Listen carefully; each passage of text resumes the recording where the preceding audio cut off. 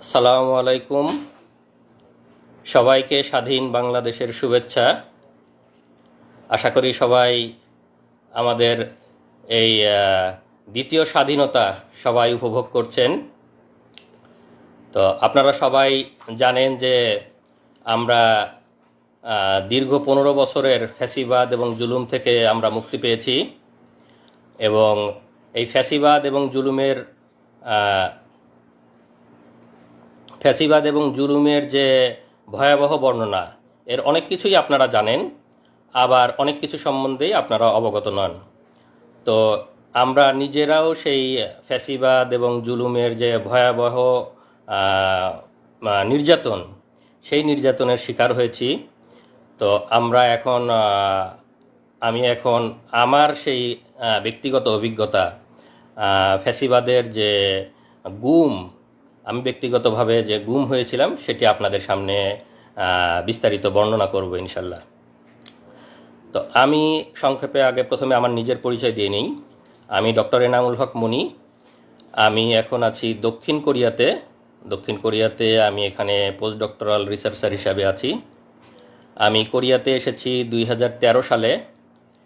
আমি 2013 সালে এসে কিয়ংপুক ন্যাশনাল ইউনিভার্সিটিতে আমি বায়োমেডিক্যাল সায়েন্সে পিএইচডি করেছি। তো সেখান থেকেই আমাদের আজকের গল্পের শুরু। তো আমার সবসময় স্বপ্ন ছিল পিএইচডি শেষ করে আমি দেশে ফিরব, দেশের জন্য কাজ করব। তো সেই স্বপ্ন নিয়েই আমার যখন পিএইচডির থিসিসের শেষ পর্যায়ে 2018 সালে, তখন আমি চেষ্টা করতেছিলাম যে দেশে ফেরার বা দেশে কোনো পজিশনের জন্য, বিশেষ করে ইউনিভার্সিটিতে আমার সবসময় ইচ্ছে ছিল। তো তখন আমি বিভিন্ন বিশ্ববিদ্যালয়ে দরখাস্ত করা শুরু করি, এবং তখন আমার শেরেবাংলা কৃষি বিশ্ববিদ্যালয় থেকে ইন্টারভিউর ডাক আসে। তখন আমি আমার পরিবারের সাথে কথা বলে আমি দেশে যাই আমার শেরেবাংলা কৃষি বিশ্ববিদ্যালয়ে ইন্টারভিউ দেওয়ার জন্য। তো ইন্টারভিউর ব্যাপারটা সংক্ষেপে বলে নেই যে ইন্টারভিউ যখন আমি যাই, তো সেখানে যতগুলো ক্যান্ডিডেট ছিল, আমি একমাত্র ছিলাম যার পিএইচডি করা, বাকি কারোরই পিএইচডি করা। আপনারা জানেন যে বাংলাদেশের বিশ্ববিদ্যালয়গুলোর নিয়োগের অবস্থা, আন্ডার গ্র্যাজুয়েট শেষ করে বা মাস্টার শেষ করেই বিশ্ববিদ্যালয়ের শিক্ষক হিসাবে যোগদান করে। মেধার মূল্যায়ন বাংলাদেশের বিশ্ববিদ্যালয়গুলোতে হয় না। তো আমি যখন শেরেবাংলা কৃষি বিশ্ববিদ্যালয়ে ভাইবা দিলাম, ভাইবার পরে ভিসি স্যার আমাকে সরাসরি বলতেছে যে এনামুল, আসলে তোমার পিএইচডি আছে, আমরা বুঝতে পারতেছি তুমি কোয়ালিফাইড, কিন্তু আসলে আমাদের অনেক লিমিটেশন আছে, আমাদের কিছু সমস্যা আছে। তো ঠিক আছে, তুমি আরও চেষ্টা করো, ধন্যবাদ। মানে আমাকে পাশ কাটাই দিল এবং তাদের অপারগতা প্রকাশ করলো। বুঝতেছি তাদের আগে থেকে ক্যান্ডিডেট সিলেক্ট করা, আমি একমাত্র পিএইচডি ক্যান্ডিডেট হওয়া সত্ত্বেও আমাকে নিয়োগ দেওয়া হয় না। তো ভাইবা শেষ করে আমি মোটামুটি 1 মাসের ছুটি নিয়ে গিয়েছিলাম এখান থেকে, কোরিয়া থেকে। তো 1 মাস পরিবারের সাথে খুব সুন্দর সময় কাটাইছি। আমার ওয়াইফ, আমার বাচ্চা, আমার ছেলে তখন 2.5 বছর বয়স, সাফওয়ান, আমার বাবা মার সাথে পুরা 1 মাস সবার সাথে খুব সুন্দর সময় কাটায়। তারপরে যখন আমি ফেরার সময় হলো 1 মাস ছুটি শেষে, তো আপনারা জানেন যে 2018 সালের ডিসেম্বরে আমরা যে মিডনাইট ইলেকশন বলি, সেই মিডনাইট ইলেকশন হয়, এবং আমি যাই হলো 2018 অক্টোবরে। তো স্বাভাবিকভাবেই সেই সময় দেশে মানে ফ্যাসিবাদী সরকার চরম ধরপাকড় করতেছে, মিছিল মিটিং থেকে গ্রেপ্তার করতেছে, মানুষকে গুম করতেছে। এবং আমরা সবসময়ই ফ্যাসিবাদের বিরুদ্ধে সোচ্চার ছিলাম। বিদেশে থাকা অবস্থায় ফেসবুকে, বিভিন্ন মিডিয়াতে অনেক লেখালেখি করেছি। আমরা সবসময়ই হাসিনার এই জুলুম, ফ্যাসিবাদের বিরুদ্ধে আমরা সবসময় লেখালেখি করেছি, আমি ব্যক্তিগতভাবে লেখালেখি করেছি। তো এই কারণে হয়তো অনেকেরই আমি চক্ষুশূল ছিলাম, এবং হাসিনার যে গুম বাহিনী তাদের নজরে ছিলাম, সেটা তো আমি অবশ্য বুঝতে পারি নাই। তো ভাইবা শেষ করে আমি যখন কোরিয়ায় ফেরার জন্য ব্যাক করি, সেটা ছিল 21 অক্টোবর 2018 সালে। আমি আমার শ্বশুরবাড়ি জামালপুরের ইসলামপুর, সেখান থেকে ট্রেনে করে ঢাকায় আসি। আমার ফ্লাইট ছিল রাত 1টায়। তো আমি ঢাকায় রাত 8টায় পৌঁছাই যাই। তা আমার সাথে যেহেতু শর্ট ট্যুরে গেছি দেশে, আমার সাথে লাগেজ তেমন বেশি ছিল না, খুব ছোট লাগেজ। তো তো ভাবলাম যে রাত 8টায় পৌঁছে গেছি, আমি একটু বিশ্রাম নিয়ে রাত 10টা-11টার দিকে এয়ারপোর্টে গেলেই হবে। তো এয়ারপোর্টের পাশেই আমার একটা ছোট ভাইয়ের বাসা, তো তার ওখানে যাই, তার ওখানে গিয়ে রাতের খাবার খাই। রাতের খাবার খাওয়ার পরে কিছুক্ষণ বিশ্রাম নেওয়ার পরে তারপরে যখন 10টা-10:30 বাজে তখন আমি সেখান থেকে রওনা দিই। তার বাসাটা একদম এয়ারপোর্ট সংলগ্ন এলাকায়, তো মাত্র 15 টাকা 20 টাকা রিক্সা ভাড়া দূরত্ব। তো আমি একা একাই গেছি, বাড়ি থেকেও ফ্যামিলির কাউকে নিয়ে যাইনি, যে একা একা তাদেরকে আবার ফেরত আসতে হবে। তা আমার সেই ছোটো ভাই বললো যে ভাই আমি আগাই দিয়ে আসবো নাকি আপনাকে। তাই বললাম থাক, এত রাতে দরকার নাই, তুমি থাকো, আমি একাই যেতে পারবো, কাছে তো আর ভারী লাগেজ টাগেজ নেই। তো আমি লাগেজ নিয়ে, যেহেতু একদম এয়ারপোর্ট সংলগ্ন, আমি রিক্সা নিয়ে এয়ারপোর্টের দিক যাই। তো আপনারা জানেন যে যারা বিদেশে থাকে, যখন দেশে যাতায়াত করে অনেকেই অনেক কিছু দেয়, প্রয়োজনীয় ডকুমেন্ট, অনেক সময় জরুরি মেডিসিন, অনেকের অনেক কিছু দিতে হয়। তো আমাকেও স্বাভাবিকভাবে 2-1জন বলছে যে ভাই যাওয়ার সময় আমার এরকম একজন একটা ডকুমেন্ট দিবে, একজন বই দিবে, কিছু ওষুধ নিয়ে আসতে বলছে। তো তারা এয়ারপোর্টে ওয়েট করতেছে আমার জন্য, যে আমি গেলে ওখান থেকে দিয়ে দিবে। তো আমি সেই ছোটো ভাইয়ের বাসা থেকে বের হয়ে শুধু আমার ওয়াইফকে ফোন দিছি যে আমি খাওয়া দাওয়া করছি, তো রাত অনেক হয়ে গেছে, সে গ্রামে থাকে ইসলামপুরে, তো তোমরা আর রাত জাগো না, তোমরা ঘুমাই পড়ো, আমি পৌঁছাই তোমাকে ফোন দিব ইনশাল্লাহ। এই বলে আমি আমার বন্ধুর বাসা থেকে রিক্সা নিয়ে আসছি, যেহেতু বললাম যে আমার ছোট লাগেজ, বন্ধু আসতে চাইছে, ছোটো ভাইটা যেটা ছোটো ভাই বন্ধু, আমি তাকে বলছি যে এত রাতে আসার দরকার নেই, তোমার আবার কষ্ট করে ব্যাক আসতে হবে, আমি একা একাই আসছি। তা আসার পরে বিমানবন্দরের সামনের যে হাইওয়ে রাস্তা, রিক্সা যেহেতু আসছি, রিক্সা তো আর ভিতরে ঢুকবে না, এয়ারপোর্টের ভিতরে ঢুকবে না, বিমানবন্দরের সামনের যে রাস্তা ওখানে আমি রিক্সা আমাকে থামাই দিছে। তো আমি রিক্সাটাকে ভাড়া দিছি, ভাড়া দিয়ে রাস্তার এই পাশে নামাই দিছে। আমি এখন রাস্তা ক্রস করে লাগেজ নিয়ে এয়ারপোর্ট এরিয়ার মধ্যে ঢুকবো।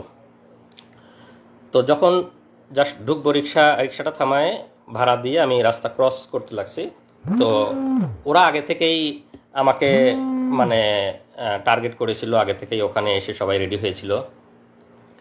তো পরে আমি যখন পার হতে লাগছি, আমাকে এরকম করে হাত ধরছে একজন, হাত ধরে বলছে এনামুল হক মনি, আপনার রাত 1টায় কোরিয়াতে ফ্লাইট না?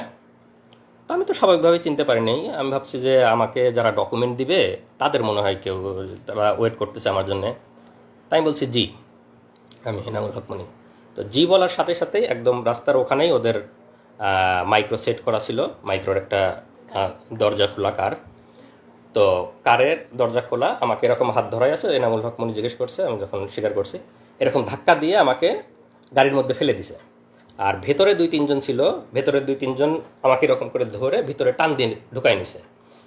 তো আমি চিল্লাচ্ছি, আপনারা কারা আমাকে নিয়ে যাচ্ছে, মানে আধা মিনিট থেকে 1 মিনিটের মধ্যে এরকম আমাকে ধরে ভিতরে ধাক্কা দিয়ে ফেলে দিছে, আর ভিতর থেকে কয়েকজন টান দিয়ে ঢুকাই নিছে। তো আমি কথা বলারও খুব বেশি সময় পাইনি, মানে ওখানকার মানুষজন একটু বুঝতেছে।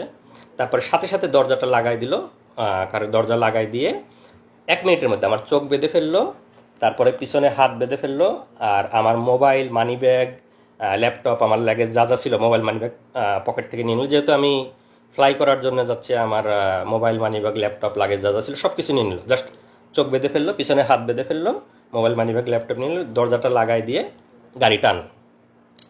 তো স্বাভাবিকভাবেই তো আমি আতঙ্কিত, যে কেউ আতঙ্কিত হবে সেই মুহূর্তে। তো আমি মানে কি হয়েছে, মানে তখন আমি বুঝে উঠতেই সময় লাগতেছে যে কি হচ্ছে। পরে 4-5 মিনিট একটু ওরা নীরব, আমাকে একটু হওয়ার সুযোগ দিচ্ছে। আমি তো জোরে জোরে নিঃশ্বাস নিচ্ছে, আল্লাহর কাছে দোয়া করতেছি, মানে বুঝতেছি যে কি হলো, কিন্তু অনুমান করতে পারতেছি না। হঠাৎ করে তো কিছুক্ষণ পরে, এনামুল সাহেব কি ভয় লাগছে, একজন জিজ্ঞেস করতেছে। তা বললাম যে হ্যাঁ, আপনারা কারা, আপনারা আমাকে কি নিয়ে যাচ্ছেন? না, ভয় নাই, আমরা তোমাকে কিছু জিজ্ঞাসাবাদের জন্য নিয়ে আসছি, তুমি তো হয়তো বুঝতে পারছো যে আমরা কারা, তো তোমাকে কিছু জিজ্ঞাসাবাদ করব, তোমার তো আবার রাতে ফ্লাইট আছে, তোমাকে আমরা এয়ারপোর্টে ড্রপ করে দিয়ে আসতে হবে। তো আমরা কিছু কথা জিজ্ঞেস করব, তুমি দ্রুত উত্তর দাও, তাহলে আমরা তোমাকে দ্রুত এয়ারপোর্টে দিয়ে আসতে পারবো। মানে আমাকে পুশ করতেছে যাতে আমি দ্রুত বলি, তারা আমাকে প্রলোভন দেখাচ্ছে। তো বলো, তুমি কোরিয়াতে কি করো, সরকার বিরোধী লেখালেখি করো, দেশে কোথায় পড়াশোনা করছো, ছাত্র রাজনীতি করতা, তোমরা সামনে নির্বাচনকে সামনে রেখে কি কি অপপরিকল্পনা করতেছো, আমাদের সরকারকে তোমরা ইয়ে করার চেষ্টা করতেছো, সরকারকে ডিফিট করার চেষ্টা করতেছো, অনলাইনে তোমরা অনেকভাবে চেষ্টা করতেছো, লেখালেখি করতেছো, বলো কি কি করতে ছাত্র জীবনে কোরিয়াতে কি কি করো এগুলো বলো। আর আমার মোবাইল তো ওদের কাছে, আমার ফেসবুক, মেসেঞ্জার, তারপরে জিমেইল, যত চ্যাটই আছে সবগুলো ঘাটতেছে, কন্ট্যাক্ট লিস্ট, কল লিস্ট ঘাটতেছে, আমাকে জিজ্ঞাসাবাদ করতেছে। তা আমি আমার স্টুডেন্ট লাইফ থেকে বলতেছি যে আমি এরকম বাংলাদেশ কৃষি বিশ্ববিদ্যালয়ে পড়তাম, আমি ভেটেরিনারিতে অনার্স করছি, মাইক্রোবায়োলজিতে মাস্টার্স করছি, তারপরে আমি কোরিয়াতে আসছি, আমি পিএইচডি করছি, পিএইচডি শেষে আসছিলাম। আমি আমার মতো করে আমার ছাত্র জীবন, আমার সব কিছু বর্ণনা, না আরও কিছু আছে, আরও বলো, মানে পুশ করতেছে এরকম। তো বারে বারে আমি আমার মতো করে বলার চেষ্টা করতেছি, না তুমি এভাবে বললে তো ইনফরমেশন আমরা পাচ্ছি না। তারপরে আরও তারেক জিয়া বা বড় বড় জায়গায় কানেকশন, তারা আমাকে এরকম মনে করছে বড় বড় জায়গায় কানেকশন আছে আমার, ওরকম বলো, আরও কিছু বলো, তুমি এরকম হলে কিন্তু ফ্লাইট মিস হবে, আমাদেরকে আবার দিয়ে আসতে হবে। তারপরেও আমি আমার মতো বলতেছি, মাঝে মাঝে ভয় লাগতেছে, আবার একটু ইয়ে হয়ে যাচ্ছে। তো পরে বললো যে এই, ওরা একজন আবার আরেকজনকে ফোন দিচ্ছে, এই একটু এয়ারপোর্টে ফোন দাও তো, এনা একটা যাত্রীর একটু দেরি হবে, তো তাকে আমরা দিয়ে আসবো। আমাকে মানে চোখ বাঁধা অবস্থা আমি শুনতেছি আর কি। তো বলছে না, বলে আমরা এয়ারপোর্টে ফোন দিছি, তোমাকে আমরা দিয়ে আসবো, একটু দেরি হবে, তুমি বলো তুমি আমাদেরকে বলতে থাকো। তো এইভাবে আমি বলতে বলতে, না ঠিক আছে, তোমার মনে হয় আজকে যাওয়া হবে না, চলো আমাদের সাথে চলো, আমরা তোমাকে কালকে দিয়ে আসবো, কালকে তোমাকে এয়ারপোর্টে দিয়ে আসবো। পরে আমাকে চোখ বাঁধা অবস্থায় ওদের প্রায় 1 ঘন্টা মতো ড্রাইভ করে নিয়ে গেল ওদের অফিসে। তো নিয়ে যাওয়ার পরে আমাকে হাত ধরে সিঁড়ি দিয়ে উপরে তুলতেছে, বলতেছে ভাই সিঁড়ি আস্তে আস্তে উপরে, আমাকে বোঝাচ্ছে আর কি। তো আমি সিঁড়ি আস্তে আস্তে, চোখ বাঁধা সব কিছু। তো মনে হয় 3 তলাতে নিয়ে গেল আমাকে, চোখ বাঁধা অবস্থায় 3 তলাতে নিয়ে গেল। ওখানে নিয়ে গিয়ে চেয়ারে বসালো। চেয়ারে বসানোর পরে আবার জিজ্ঞাসাবাদ, আমার একদম নিজের নাম, বাবার নাম, মাতার নাম, বাড়ির ঠিকানা, বিশ্ববিদ্যালয়, কোরিয়ার সব ঠিকানা, শ্বশুর বাড়ির ঠিকানা সব কিছু লিখে ওখানে আবার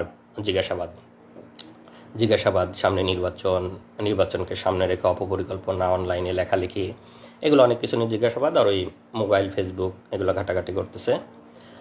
আর যেটা করে ওখানে, তো এমনিতেই সবসময় মানসিক একটা ভয়ের মধ্যে যে কেউ, চোখ বাঁধা, আমি কোথায় জানি না, মানসিক একটা ভয়। আর কানের কাছে মাঝে মাঝে এসে বন্দুক লোড করার মতো ক্রাশ করে শব্দ করে, যাতে আরও ভয় পায়, আরও বলে। আবার লাঠির খটখট খটখট শব্দ করে ফ্লোরে, বা এই মারবে, এই ইয়ে করবে। এনামুল আমাদের কাছে কিন্তু ওই কানে ইয়ে লাগায় রাখেছে, আমাদের কাছে কিন্তু বাটন আছে, টিপ দিলে ইলেকট্রিক শর্ট লাগবে, কানে ইয়ে লাগায় রাখে। এরকম একটা মানসিক ভীতিকর একটা অবস্থা, যে বন্দুক লোডের শব্দ করে, লাঠির শব্দ করে, আবার এরকম ইয়ে করে। তা আমি আল্লাহর রহমত যে আমি আমার কথাগুলা মোটামুটি স্পষ্ট বের হচ্ছিল। তা আমি ওদের সাথে স্বাভাবিকভাবে কথা বলতে পারতেছিলাম, বেশি মানে যে একদম কথা জড়ো হয়ে আটকে গেছে এরকম না। ওই রকম হলে ওরা টর্চার আরও বেশি করে মারে। তো আমাকে সেরকম আর ইয়ে করতে পারে, আমাকে জিজ্ঞাসাবাদ করতেছে, আমি বলতেছি আমার মোবাইল, ইমেইল, চ্যাট বক্স সব কিছু ঘাটতেছে, এবং তারা ভাবতেছে আমি খুব শীর্ষ পর্যায়ের নেতা, শীর্ষ পর্যায়ের কানেকশন আছে, এগুলা বের করার চেষ্টা করতেছে, কিন্তু সেরকম কোনো কিছু ওরা পাচ্ছে না। পরে সারা রাত ধরে জিজ্ঞাসা করার পরে আমাকে পরের দিন সকালে ওদের গুমের যে রুম, সেই গুমের রুমে নিয়ে রাখে। তো র্যাবের যে গুমে, আমি এখনও বলতেছি যে আমি এখনও তো র্যাব জানি না, আর একটু পরে বলবো, তারপর এই মুহূর্তে বলে রাখি র্যাব, কারণ আমার এখনও তো চোখ বাঁধা, আমি তো জানি না। তো গুমের রুমে যখন রাখলো, তো তখন ওখানে গিয়ে দেখি যে ওখানে আরও কয়েকজন বিভিন্ন জায়গা থেকে ওরা তুলে নিয়ে আসছে, গুম করে নিয়ে আসছে, তাদেরকেও রাখছে। তো আমাকে আর একজনের সাথে রাখলো, আমরা 2জন এক রুমে। তো সাধারণত ওরা একজনকে এক রুমে রাখে, আমাকে আর একজনের সাথে রাখলো। তো আমরা 2জন, সেই ছেলেটার বাড়ি কুমিল্লা, সে হয়তো কোনো দিন আসবে, এসে কথা বলবে আপনাদের সামনে। তো রাখার পরে আমাকে ওখানে সকালে নাস্তা দিল। তো নাস্তা তো স্বাভাবিকভাবেই খাওয়ার কোনো অবস্থা নাই, আমি আসি ওখানে মানে একদম হতভম্ব, কি হলো, আমি গতকালকে ফ্লাইট, আমি কোরিয়াতে যাব, আমার পিএইচডি এর শেষ থিসিস জমা দিতে হবে, এরকম সব চিন্তা করতেছি, একদম হতভম্ব। তো সেই ছেলেটার সাথে কথা বলতেছি, যে ছেলেটা আমার রুমে ছিল গুম, আর পাশের 2টা রুমে আরও 2জন, একজন, মোট 5জন আমরা একসাথে গুম ছিলাম। তো এই অবস্থায় আমি খুবই তো চিন্তিত, আপনারা স্বাভাবিকভাবেই বুঝতে পারছেন আমার মানসিক অবস্থা। আমি আমার ফ্যামিলি, আমার বউ, আমার বাচ্চা তখন 2.5 বছর বয়স, সবাইকে নিয়ে চিন্তা করতেছি। তো আমার আহ, মানে আমি কোনোভাবে মানে চেষ্টা করতেছি যে আমার ফ্যামিলিকে যদি একটু জানাইতে পারতাম যে আমি অন্তত বেঁচে আছি, বা আমি তো স্বাভাবিক যে আমি যে গতকালকে কোরিয়াতে যাই নাই, আমার ফ্যামিলি কিভাবে চিন্তা করতেছে, কান্না করতেছে, সেটা তো আমি ওখান থেকে বুঝতে পারতেছি, কিন্তু আমি তো তাদের কাছে পৌঁছাইতে পারতেছি না, কোনোভাবে জানাইতে পারতেছি না। তো সামনে যারা গার্ড দেয়, তখন আমার যখন ঘুমের রুমে দিছে, রুমের মধ্যে রাখছে, তখন আমার চোখ খুলে দিছে। তো চোখ খুলে দেওয়ার পরে সামনে মানে রডের দরজা, আর সামনে আর একটা সলিড দরজা থাকে। তো রডের দরজা লাগাই দিলে সামনে যারা নিরাপত্তা কর্মী থাকে তাদের দেখা যায়, আর মানে সলিড দরজাটা লাগাই দিলে দেখা যায় না। তো ওরা রডের দরজাটা লাগাই রাখছে, সামনে যারা নিরাপত্তা রক্ষী যারা হাঁটতেছে তাদেরকে দেখা যাচ্ছে। তো আমি তাদেরকে বারে বারে বলছি, তারা বলছে ভাই কোথা থেকে আসছেন, এটা জিজ্ঞেস করে। আমি বললাম যে আমি এরকম কোরিয়াতে পিএইচডি করতাম, গতকালকে ফ্লাইট ছিল, আমাকে এয়ারপোর্ট থেকে তুলে নিয়ে আসছে এরকম। তারপরে আমার ওয়াইফের বর্ণনা, আমার ছোট ছেলের কথা শুনে ওরাও একটু মানে মন নরম হয়েছে, আরে আপনার একটা ছোট ছেলে আছে এরকম ইয়ে। তো ওরা একটু মানে ভদ্র এবং আমাদের প্রতি খুবই সহমর্মী। তারাই করে ভাই আল্লাহ আল্লাহ করেন, কোনো কিছু হবে না। মানে অফিসারগুলা মানে টপ লেভেলের, মানে হাসিনা বাইসে বাইসে সবগুলা অফিসার একদম সর্বোচ্চ লেভেলের শুয়োরগুলোকে বসাইছে, কিন্তু যারা লোয়ার লেভেলের তারা অনেক মানে সিম্প্যাথেটিক এবং অনেক সহমর্মী, তারা আমাদের বিষয়গুলো বোঝে, তারা অনেক সান্ত্বনা দিচ্ছে, ভাই আল্লাহ আল্লাহ করেন, ঠিক হয়ে যাবে ইনশাল্লাহ, কিছুই হবে না, এরকম বোঝানোর চেষ্টা। তো আমি ওদেরকে অনেক অনুরোধ করি, ভাই আমার ওয়াইফ ওদিকে কান্নাকাটি করতেছে, ভাই আমার ওরা মরে যাবে, আমি অনেক একটু ওদেরকে যদি জানাইতে পারতাম, ভাই আমার ওয়াইফ একটু জানান যে আমি অন্তত বেঁচে আছি, এইটুক জানান ভাই। অনেক কান্নাকাটি করতেছে, অনেক রিকোয়েস্ট করতেছে। তো কোনো না ভাই, আমার ওদের কাছে মোবাইল, ওদের ডিউটিরত অবস্থায় মোবাইল আনার অনুমতি নেই, ভাই আমাদের মোবাইল আনার কোনো অনুমতি নাই, আপনি আপনি এগুলো বলেন না। এরকম সকাল থেকে দুপুর পর্যন্ত চলে যাচ্ছে, তাও কোনো ইয়ে হয় না। আমি তো বারে বারে চেষ্টা করতেছি ওদেরকে রিকোয়েস্ট করে, মানে যেভাবেই হোক একটু ইয়ে করার। বারে আমার যে রুমমেট ছিল তাকে বলতেছি। পরে এক সময় একটা মানে যে গার্ড ছিল তার একটি হয়েছে, তো বলতেছে যে ভাই ঠিক আছে, আপনি এক কাজ করেন, আপনার নাম্বারটা আমাকে বলেন, আপনার ওয়াইফের নাম্বার, আমার তো এখন ডিউটি, আমি ডিউটি শেষ করে গিয়ে আপনার ওয়াইফকে বলার চেষ্টা করব। তো আপনি নাম্বারটা বলেন, আপনি কাউকে বলেন না, আমি আপনার ছোট ছেলে আছে, এটা শুনে আমার অনেক মায়া লাগছে, আমি আপনার ওয়াইফকে বলার চেষ্টা করি। তো আমি তাকে আমার ওয়াইফের নাম্বারটা বলি। তো সে একটু ওয়াইফের নাম্বারটা কোথাও লেখে নেয় যে আমি ডিউটি শেষ করে গিয়ে চেষ্টা করবো আপনার ওয়াইফকে। আমি অনেক অনেক কান্নাকাটি করছে, অনেক রিকোয়েস্ট করছে।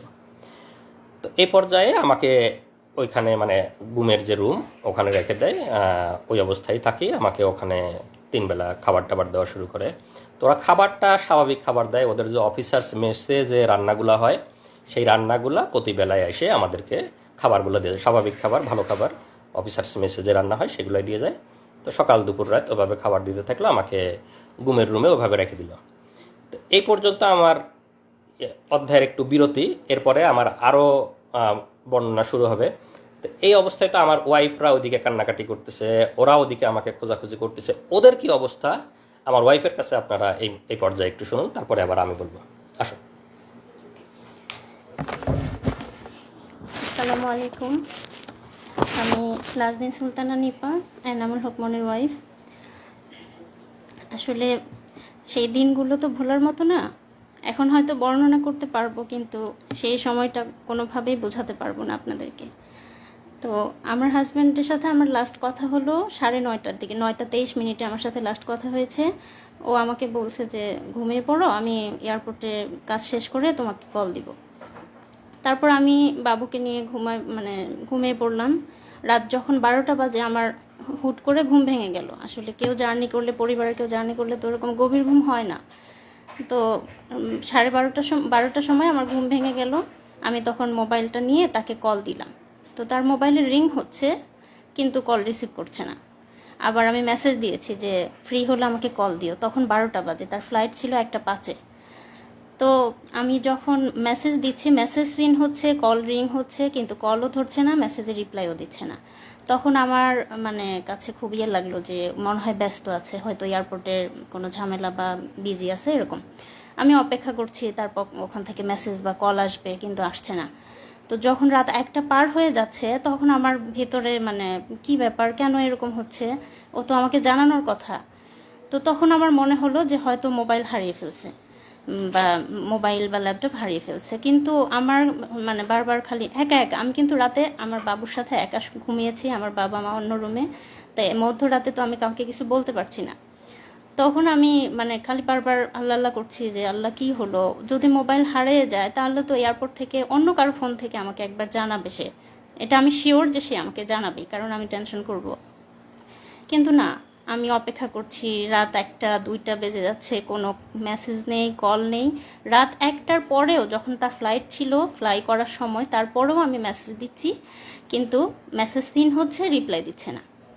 হ্যাঁ, তো আমার কাছে মানে তখন থেকেই আমার মানে খুব অস্থির লাগতেছে যে কিছু একটা হয়েছে, আমি শিওর। হয়তো মোবাইল হারাইছে বা কিডন্যাপ কিছু একটা হয়েছে। আমাদের বাংলাদেশে তো এসব মানে খুব কমন।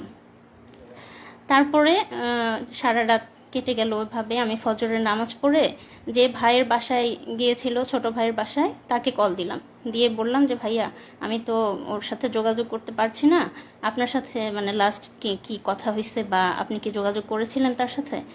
তখন সেই ভাই বলল যে না আপু, আমি তো ভাইকে রিকশায় উঠাই দিছি, আমি তার সাথে যেতে চাইছিলাম, কিন্তু ভাই আমাকে না করলো। তো আমিও রাত্রিবেলা ফোন দিছি কয়েকবার, কিন্তু কথা হয় নাই। তারপরে তার কাছ থেকে শুনে আমার আরও ভয় লাগা শুরু হয়ে গেল। তখন আমি আমার যা, বাংলাদেশ কৃষি বিশ্ববিদ্যালয়ের প্রফেসর ডক্টর মার্জিয়া রহমান, তাকে কল দিলাম, ভাবিকে কল দিয়ে বললাম যে ভাবি এরকম রাতে কোনো যোগাযোগ হয়নি, সকালবেলাও কোনো পাচ্ছি না। তো সকালবেলা আর ভাবি মানে প্রথমে বলতেছে আমাকে যে ও তো খুব মন ভোলা, মনে হয় ফোন টোন হারিয়ে গেছে, তুমি চিন্তা করো না, ও ল্যান্ড করে কল দিবে ইনশাল্লাহ। তো তারপরেও মানে আমার মনের মধ্যে তো ধুকপুকুনি যায় না। আমি সেই ভাইয়ের বাসা যেহেতু এয়ারপোর্টের একদম সামনে, আমি ওনাকে রিকোয়েস্ট করলাম যে ভাই আপনি একটু এয়ারপোর্টে যেয়ে, এই আমার হাজব্যান্ডের পাসপোর্টের ছবি ছিল আমার কাছে, যেহেতু আমিও কোরিয়াতে যাওয়া আসা করতাম, তো তার ডকুমেন্ট আমার কাছে ছিল। তখন আমি ওই ভাইকে তার পাসপোর্টের ছবি দিলাম যে এই নাম্বার, মানে এই নাম্বারের পাসপোর্ট হোল্ডার ঢুকেছে কিনা এয়ারপোর্টে, একটু খোঁজ নেবেন। তো সেই ভাই তখন সকাল 7টার সময় এয়ারপোর্টে যায়, সেই নাম্বার দিয়ে খোঁজ নেয়, এবং তারা বলে যে না, এই লোক এয়ারপোর্টে ঢোকে নাই। তখন সকাল 7টা বাজে। তখন হলো আমি আমার ভাবিকে আবার কল দিয়ে বললাম, ভাবি এই অবস্থা, ও তো এয়ারপোর্টে ঢোকে নাই, আমি এরকম নিউজ পেলাম। তখন ভাবি বললো ঠিক আছে, তুমি ছবিটা পাঠাও পাসপোর্টের, আমিও খোঁজ নিচ্ছি, আমার অনেক স্টুডেন্ট আছে ওখানে। তারপর ভাবিও খোঁজ নিল, এবং ভাবিও সেম উত্তর পেল। তারপর সবার টেনশন শুরু হয়ে গেল, তাহলে কোথায় গেল, কি হলো? তখন মানে ভাইয়া ভাবি প্রথম, মানে আমি প্রথম জানাইছি আমাদের পরিবারে, আমার ভাসুর এবং যাকে, বাকিরা তো টেনশন করবে। তখন মানে ভাইয়া ভাবি তাদের মতো করে খোঁজ নিতে লাগলো, এবং এরপরেও মানে কোনো খোঁজ নাই। এদিকে মানে আমি বারবার শুধু ফোন টিপতেছি, আমার বাচ্চা খাচ্ছে না, আমার স্কুলে যাওয়ার সময় হয়েছে, আমি কোনো টাইম কয়টা বাজে আমি কিছুই জানি না। আমার মা হঠাৎ করে এসে বলতেছে স্কুলে যাবে না, এখনও তো খাইলে না, কখন যাবা? তখন আমি ঘড়ি দেখি যে 9:30 বাজে। ঠিক আছে, তো পরে আমি তখন প্রথম আমার মাকে বললাম যে আমি তো সাফওয়ানের আব্বুর সাথে কোনো যোগাযোগ করতে পারছি না। আমি প্রাইমারি স্কুলে জব করতাম, আমার নিজের স্কুল, আমার এলাকার। তো তখন আমার আম্মা শুনে তো মানে তখনই চিৎকার করে একদম কান্নাকাটি শুরু করে দিছে, এবং আস্তে আস্তে আমার অন্যান্য ভাসুর, আমার ভাইয়েরা যারা ঢাকায় থাকে, আমার কাজিনরা, এবং আমার হাজবেন্ডের যে ফ্রেন্ডগুলোর সাথে আমার মানে যোগাযোগ করা, কি 2-1 জনের সাথে যোগাযোগ করলাম, সবাইকে তখন জানালাম যে তাকে খুঁজে পাওয়া যাচ্ছে না, তার সাথে কোনো যোগাযোগ হচ্ছে না। এবং কোরিয়াতে যারা যে ইউনিভার্সিটিতে উনি পিএইচডি করেছেন তাদেরকেও জানালাম। তখন তারাও এদিকে খোঁজ নিল। আমার হাজবেন্ডের কোরিয়াতে ল্যান্ড করার কথা ছিল সকাল 11টায়, মানে কোরিয়ান টাইম 11টায়, বাংলাদেশ টাইম হচ্ছে সকাল 8টায়। তো আমি যখন সকাল 8টা পার হয়ে গেল, সে ল্যান্ড করে নাই, এই খোঁজ পেলাম। এদিক কোরিয়া থেকেও মানে এয়ারপোর্টে খোঁজ নিচ্ছে তারা যে এরকম পাসপোর্ট হোল্ডার কেউ ল্যান্ড করছে কিনা, না, তারাও মানে নেগেটিভ অ্যান্সার পারলো। এবং তারপর থেকে আমরা পুরোপুরি ধরে নিলাম সে মিসিং হয়েছে, কোনোভাবে কিডন্যাপ অথবা মলম পার্টি এই টাইপের কিছু একটা হবে। আমরা কখনোই কল্পনা করি নাই যে এটা রাজনৈতিক কিছু বা মামলা মোকদ্দমা মানে এই টাইপের কিছু হবে, গুম টাইপের, আমরা কখনোই ভাবিনি। তারপরে হ্যাঁ, সকাল তো পার হয়ে দুপুর হয়ে গেল। আমার ভাসুর ময়মনসিংহ থেকে, আমার ভাসুর প্রফেসর মাহমুদুল আলম, তিনি হচ্ছে ঢাকায় গেলেন। আমার কাজিনরা, তার ফ্রেন্ডরা সবাই যে যার মতো করে হসপিটালে, থানা, রেলওয়ে স্টেশনে, যেখানে যেখানে খোঁজা দরকার, এয়ারপোর্টের সামনে প্রত্যেকটা দোকানে দোকানে জিজ্ঞেস করেছে, ছবি দেখিয়ে জিজ্ঞেস করেছে যে এনাকে দেখছে কিনা। মানে তখন আমাদের অবস্থা এমন যে কোনো একটা অ্যাক্সিডেন্ট হয়েছে বা কিডন্যাপ কিছু একটা হয়েছে, এরকম কোনো ধরনের ক্লু, কোনো মেসেজ, কোনো কল কিছুই পাইনি আমরা। তারপর সারাটা দিন এভাবে চলে গেল এবং বারবার টিভিতে নিউজ মানে দেখতেছি যে কোনো অজ্ঞাত লাশের খবর আসতেছে কিনা, এই টাইপের মনের মধ্যে কত চিন্তা আসতেছে বলার মতো না। তারপরে যাই হোক সারা দিন চলে গেল, কোনো খোঁজ পেলাম না। রাত পার হয়ে গেল, 22 তারিখ দিবাগত রাত, মানে রাত যখন 12টা বাজে, মানে 23 তারিখ শুরু হলো, রাত 12টার সময় আমার হাজবেন্ডের নাম্বার থেকে আমার মোবাইলে কল আসলো। আমার মোবাইলটা যেহেতু ওরা নিয়ে নিছে, আমাকে যখন কিডন্যাপ করছে, গুম করছে, তখনই তো আমার মোবাইল ল্যাপটপ নিয়ে নিছে। আমার মোবাইল তো ওদের কাছে, আমার মোবাইল থেকে ওকে কল দিছে। হ্যাঁ, আমাকে কল দেওয়ার পরে মানে তারা বলতেছে যে আপনি কি এনামুল হক মনির ওয়াইফ? আমি বললাম যে হ্যাঁ, আমরা তো তাকে খুঁজে পাচ্ছি না, এই নাম্বার আপনি কোথায় পেলেন, এই ফোন কোথায় পেলেন? তখন সেই পুলিশ, মানে আমরা তো জানতাম না, পুলিশ মানে ওপর পাশ থেকে আমাকে বলছে যে বুঝতেই তো পারছেন আমরা, মানে ও আমাদের কাছে আছে, আমরা হচ্ছে মানে ওকে কিডন্যাপ করেছি, তো আমি যেভাবে যেভাবে বলবো আপনি সেভাবে সেভাবে কাজ করেন, তাহলে আমরা ওকে ভালো মানে ছেড়ে দিব, তার কোনো ক্ষতি হবে না, কিছু হবে না। আমি আর জাস্ট আপনাদের একটু কল রেকর্ডটা শুনে, আমি সেই সময় মানে সে ওই সময় মনে করছে যে কিডন্যাপার, তো কিডন্যাপার যেহেতু, তাহলে তো কিডন্যাপারের কথা পুলিশকে বলতে হবে। তো পুলিশকে বলার জন্য ও ওই সময় কলটা রেকর্ড করছে, যে পরে পুলিশের কাছে যা সকালে বলবে যে আমার হাজব্যান্ডকে কিডন্যাপাররা কিডন্যাপ করছে, এই যে আপনাদের কল রেকর্ড, সেই হিসাবে কল রেকর্ড করছে। তো সেই কথাটা কি ছিল আপনারা শোনেন, ওর কল রেকর্ডটা আছে, কল রেকর্ডটা আমরা এখন লাইভের এখানেই প্লে করে দিচ্ছি। ঢাকায় না, আমি জামালপুর। আচ্ছা, জামালপুর থাকেন, সমস্যা নাই। জি। তো এখন এনামুলকে আমরা ছাড়ার ব্যাপারে ফোন করছি, ঠিক আছে? ঘটনা কি সেটা এখন জানার দরকার নাই। ঘটনা এনামুল বাসায় গেলে, বাড়িতে গেলে তারপরে বলবে। আচ্ছা, এখন কিছু বলতে পারবো না আমরা, ঠিক আছে? ও ভালো আছে তো ভাইয়া? ভালো না থাকলে কি আমরা যোগাযোগ করতাম? জি জি জি, হ্যাঁ ঠিক আছে। আমি একটু কথা বলতে চাই ভাইয়া, একটু খালি খালি মোর মুখটা খালি শুন ভাইয়া, আমি মরে যাচ্ছি একদম, একটু কথা বলতে দিবেন ভাই? আপনি কি যোগাযোগ করছি দেখে কি এত যোগাযোগ না করলে ভালো হইতো মনে হয় না? আচ্ছা আচ্ছা, না ঠিক আছে, আপনি যা বলবেন তাই শুনবো, আপনি বলেন। সুস্থভাবে কথা বলেন, আপনাকে বলছি না সব থেকে কথা বলেন, কোনো উচ্ছৃঙ্খলার কোনো কিছু দরকার নাই। জি আচ্ছা ঠিক আছে ভাইয়া। এখন কথা হচ্ছে, আপনি আপনার ভাই ব্রাদার, ওনার ভাই ব্রাদার কাউকে কিছু বলতে পারবেন না, যেহেতু আপনি কথা বলছেন। হ্যাঁ। আমরা সবার সাথে কথা বলতে পারবো না, কথা একজনের সাথে বলবো। জি। আর আপনি কাউকে কিছু বলার দরকার নাই যদি এনামুলকে পাওয়ার ইচ্ছা থাকে। আচ্ছা, বলবো না আমি কাউকে। কারণ কে কোন দিক দিয়ে কি সমস্যা করে সেটা বলা যায় না, ঠিক আছে? আচ্ছা, জি বলবো না ভাইয়া। এখন আপনাদের দরকার এনামুলকে সুস্থভাবে পাওয়ার, আমরা বুঝি এটা। জি।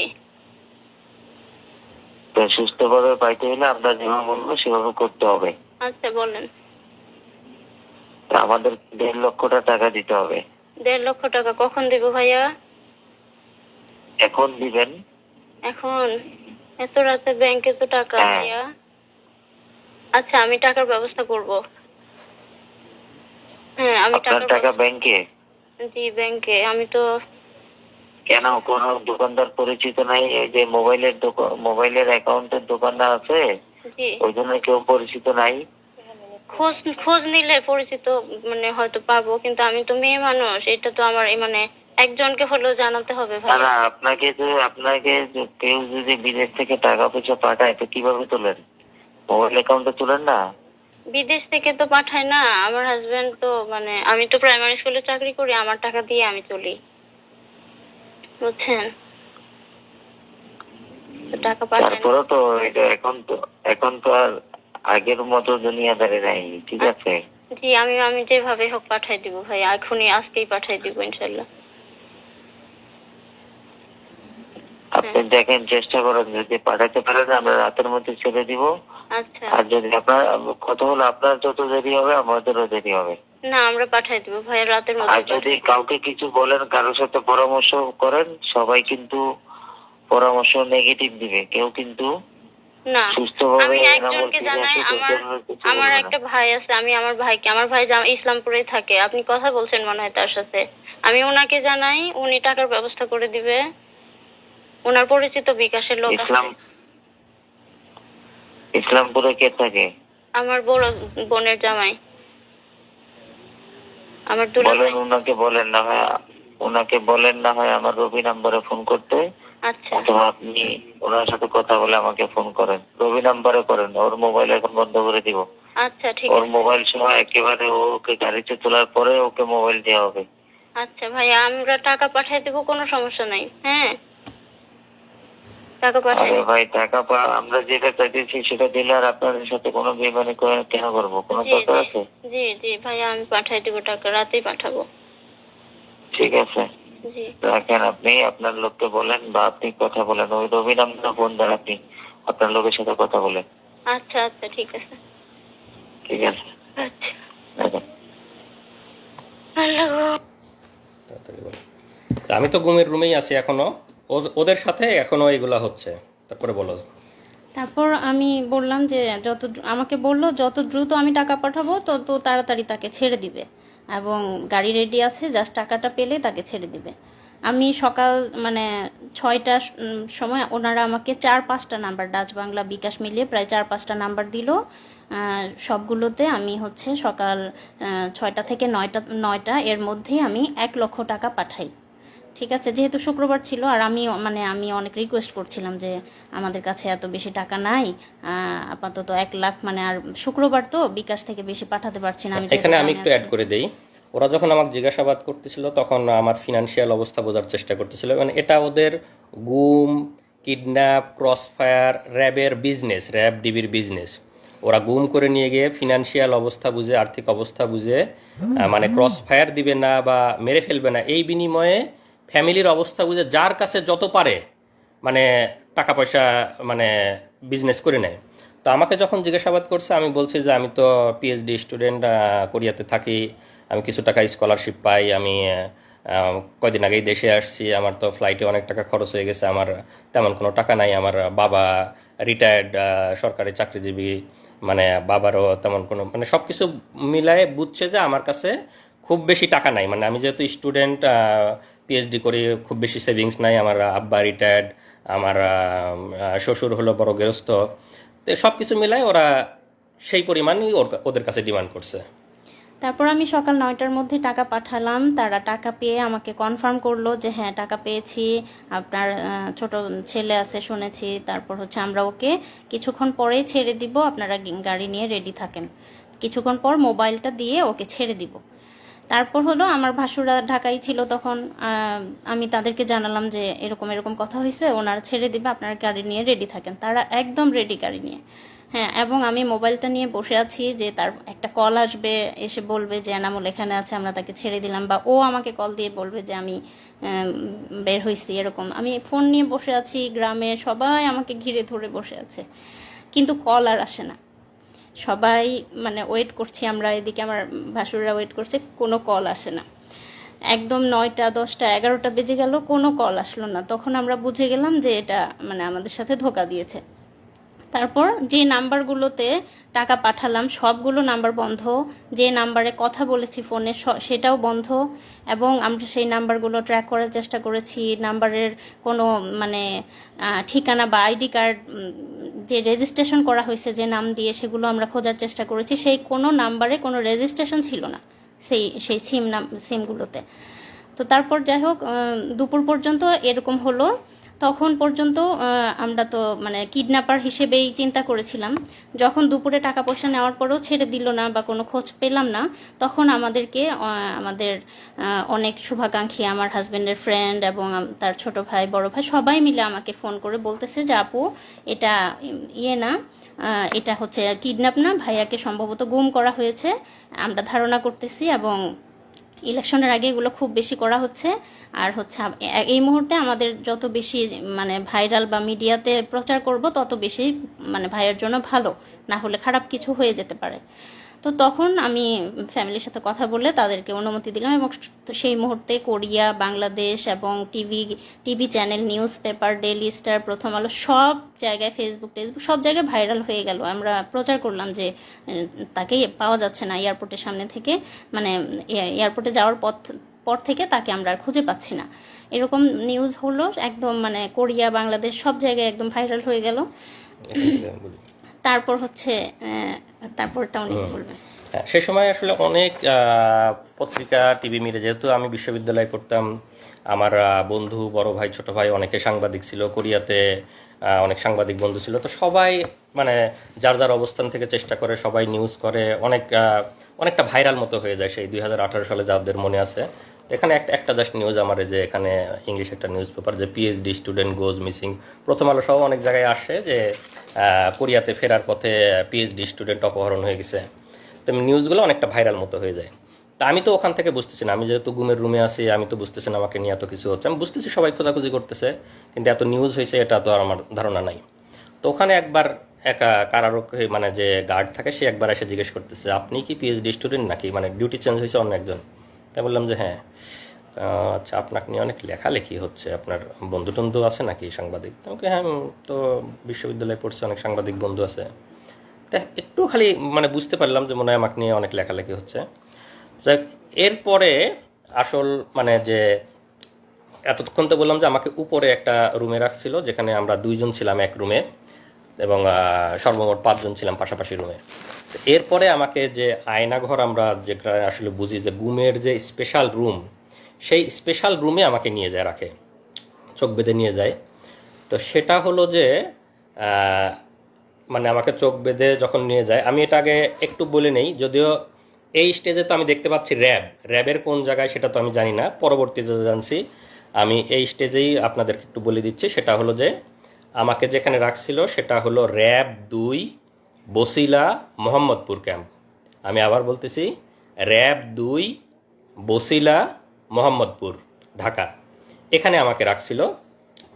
তো সেখানে আমাকে চোখ বাঁধে যখন নিয়ে গেল, নিয়ে যাওয়ার পরে আপনারা যদি সাংবাদিক বা যারা আছেন, যারা মানবাধিকার কর্মী আছেন, তারা যাবেন, তারা দেখবেন র্যাব 2 এর বসিলা মোহাম্মদপুর ক্যাম্পে যদি আপনারা দরজা দিয়ে ঢোকেন, ঢুকে ডান পাশের যে বিল্ডিংটা, স্বাভাবিকভাবে দেখে মনে হবে একটা স্বাভাবিক বিল্ডিং, একতলা কি দোতলা বিল্ডিং, একটা গেট দিয়ে ঢুকে ডান পাশের বিল্ডিংটা।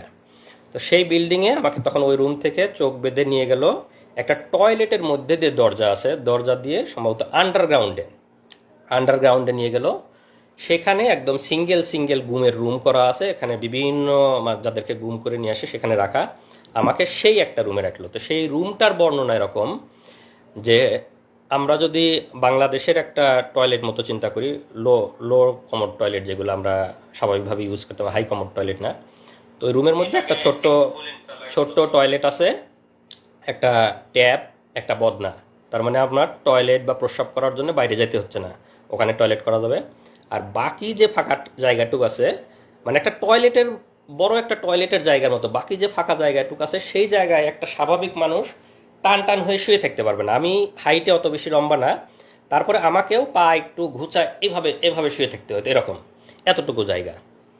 আর সামনে যে দরজাটা একদম সলিড, এই দরজাটার মানে রডের শিক নাই, দরজাটা একদম সলিড, দরজার মানে হেড বরাবর একটা গোল ছিদ্র করা।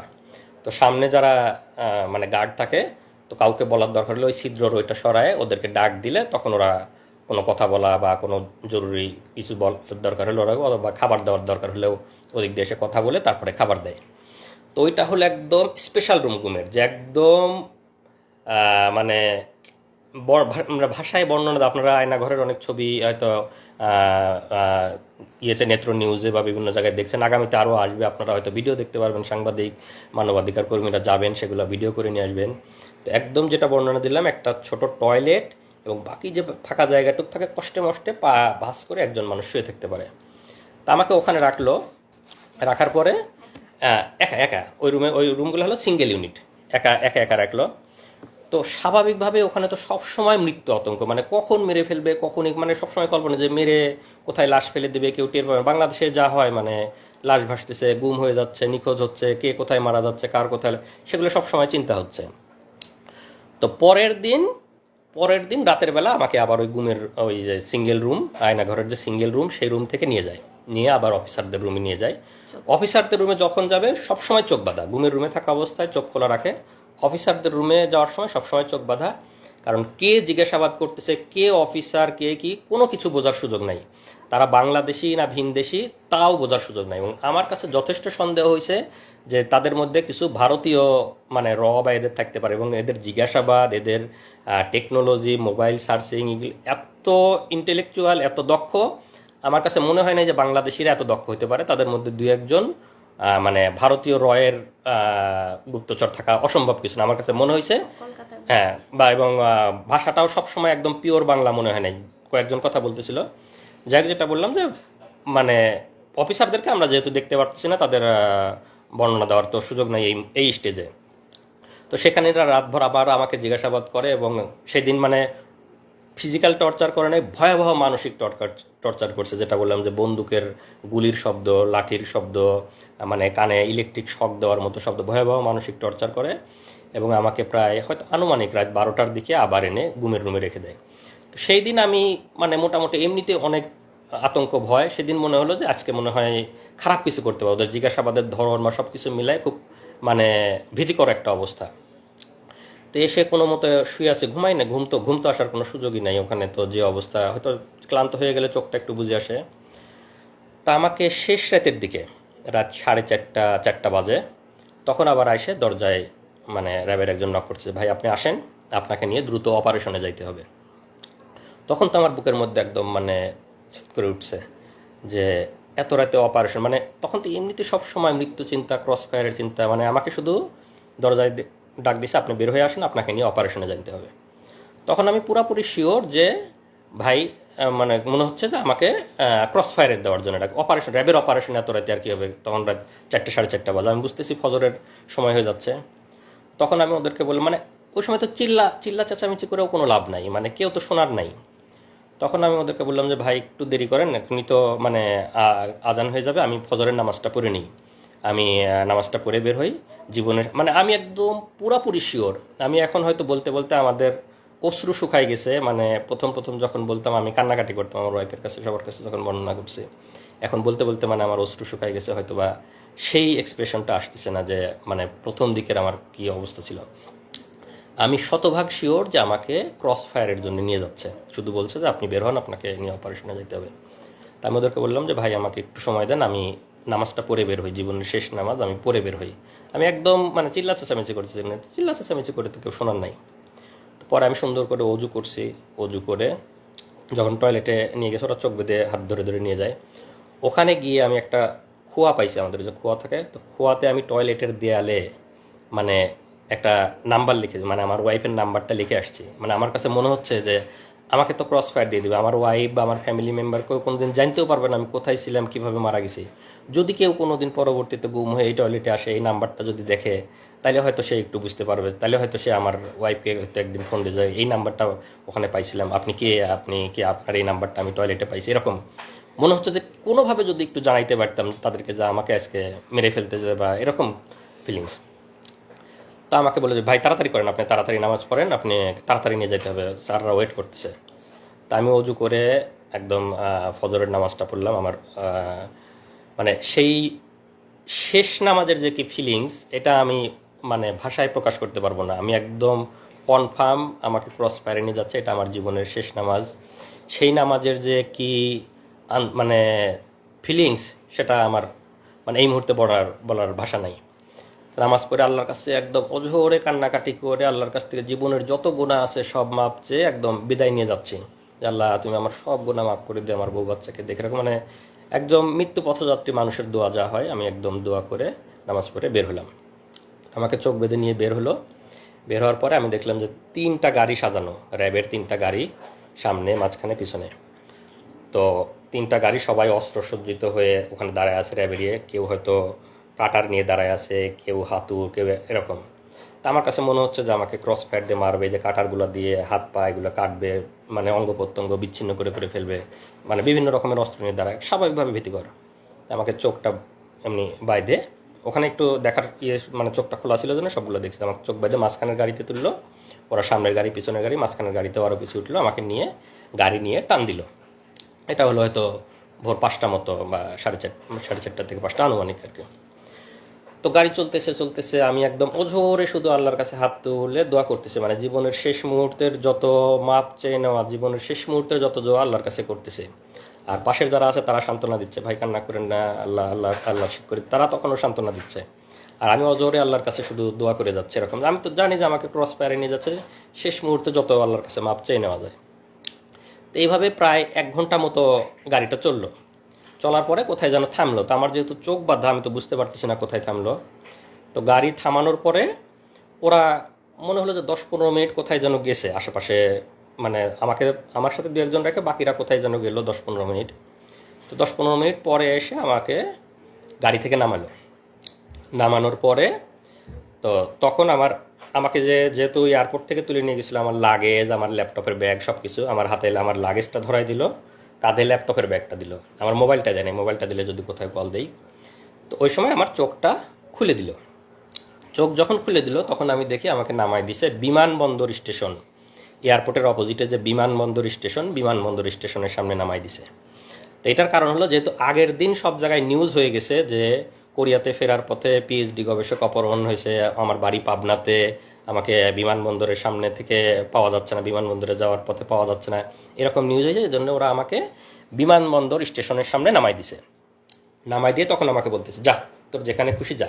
আচ্ছা, আরেকটা জিনিস, ওই নামানোর আগে গাড়ির মধ্যে আমার হাতে একটা দিয়ে ওই শয়তানটা, ওর নামটা আরেকটু পরে বলবো, মানে চরমভাবে একটা চাপ দিচ্ছে, একটা কি যেন একটা ডিভাইস আমার সবগুলো আঙ্গুলের মধ্যে দিয়ে, মানে মনে হচ্ছে সবগুলো আঙ্গুল ভেঙে ফেলতেছে, যাতে আমি শক্ত করে কোনো কিছু ধরতেও না পারে আমার লাগেজটা কোনো মতো। তো চরমই, আমি তো অনেক চেঁচামেচি করে গাড়ির মধ্যে আর কি। পরে নামাই দিয়ে লাগেজ ধরাই দিল, কাঁধে আমার ল্যাপটপের ব্যাগ, বলে যা যেখানে খুশি যা। পরে আমি তাকায় দেখলাম বিমানবন্দর স্টেশন। আমি তখনও ভাবতেছি, মানে আমার তখনও তো মৃত্যু আতঙ্ক, আমি ভাবতেছি যে আমি ছেড়ে দেবো, পিছন থেকে হয়তো গুলি করে মেরে ফেলবে। আর গাড়িতে যখন নিয়ে আসতেছিল তখন তো মনেই হচ্ছিল যে হয়তো আমাকে কোনো ব্রিজের উপরে নিয়ে যাবে, কোনো ফাঁকা জায়গায় নিয়ে যাবে, গিয়ে গুলি করে মেরে ফেলে দেবে নদীতে বা ব্রিজ থেকে ফেলে দিবে, মানে বাংলাদেশে যেভাবে লাশ ভাসে থাকে সেরকম আমি কল্পনা করতেছি, আল্লাহর কাছে দোয়া করতেছি। আর বিমানবন্দর স্টেশনে নামাই দেওয়ার পরে আমি দেখতেছি বিমানবন্দর স্টেশন, কিন্তু আমার মনের মধ্যে মৃত্যু আতঙ্ক। আমার কাছে মনে হচ্ছে যে আমি হাঁটতে থাকবো, পিছন থেকে মনে হয় গুলি করে মেরে দিবে আর কি, ক্রস ফায়ার করে দিবে, এরকম মনে হচ্ছে। তা আমি আশেপাশে হাঁটতেছি আর ওরা আমাকে ঘিরে ধরে হাঁটতেছে। তো যারা ঘিরে ধরে হাঁটতে, যেহেতু আমার এই স্টেজে চোখ খোলা, আমি তো সবাইকে দেখতে পাচ্ছি। আর কয়েকদিন গার্ড দিছে, গার্ডদের অনেকের তো চেহারা আমি দেখছি। তো সেই গার্ডদের অনেকের র্যাবের ড্রেস পরা, অনেকের ড্রেস ছাড়া, তো সব রকমই আছে। তা আমি আস্তে আস্তে এয়ারপোর্ট স্টেশনের ভিতরে ঢুকে গেলাম। তখন একটু সকাল হয়েছে, এয়ারপোর্টের স্টেশনের কিছু লোকজন আসছে। তো আমার মধ্যে তো আমি দেখতেছি তারা আমার চারপাশে ঘিরে আছে। আবার আমার মনে হচ্ছে আমি যদি কোনোভাবে একটু ফ্যামিলিকে জানাইতে পারতাম। তো আমি ওখানে গিয়ে 1-2 জনকে একটু রিকোয়েস্ট করলাম, ভাই একটু মোবাইলটা দেওয়া যাবে, আমি একটু বাড়িতে কল দেবো। তো ওরা হয়তো আমার পিছন থেকে সিগন্যাল দিচ্ছে, খবরদার দেওয়া যাবে না। তো লোকজন না করলো যে না দেওয়া যাবে না, মোবাইল দিতে পারবো না। তো 2 জনকে আমি রিকোয়েস্ট করছি, ভাই প্লিজ আমাকে একটু মোবাইলটা দেন, আমি একটু আমার বাড়িতে কল দিব। মানে ওরা দেখতেছে, আমি ওদেরকে দেখতেছি, কিন্তু তারপর আমি রিকোয়েস্ট করতেছি। তো ওদের হয়তো সিগন্যাল পায়, সে আর দেয় নেই। তো আমি স্টেশনে আরেকটু হাঁটতেই যে আমাকে প্রথমে হাত ধরে তুলে নিয়ে গেছিলো, ওর নামটা আরেকটু পরে বলবো, যেহেতু এখনো পর্যন্ত আমি তো জানি না সে কে, তো যখন জানবো তখনই বলবো। সে যে আমাকে বিমানবন্দরে হাত ধরে তুলে নিয়ে গেছিলো, যে শুয়োরটা, সেই এসে আবার আমার হাত ধরলো। হাত ধরে বলতেছে, এই আপনার নামে গোপন রিপোর্ট আছে, আপনারা সরকার বিরোধী লেখালেখি করেন, আপনারা নির্বাচনকে সামনে রেখে অপপরিকল্পনা করতেছেন। তো আপনাকে আমরা অ্যারেস্ট করতে আসছি। আমাদের কাছে গোপন রিপোর্ট ছিল যে আপনি এই মুহূর্তে এয়ারপোর্ট স্টেশনে আসবেন। আর ওই যে আমাকে গাড়িতে 10-15 মিনিট রেখে ওরা কোথায় যেন গেছিলো, ওরা গিয়ে একটা ট্রেনের টিকিট কেটে নিয়ে আসছে। ট্রেনের টিকিট কেটে আমার ল্যাপটপের ব্যাগের মধ্যে ঢুকাই দিছে, যে আমি এইমাত্র পাবনার ঈশ্বরদী থেকে ট্রেনে করে এসে বিমানবন্দর স্টেশনে নামলাম। যেহেতু আগের দিন মানে সব সংবাদ মাধ্যমে নিউজ হয়ে গেছে যে আমার বাড়ি পাবনাতে, আমি বিমানবন্দর থেকে উধাও হয়ে গেছি।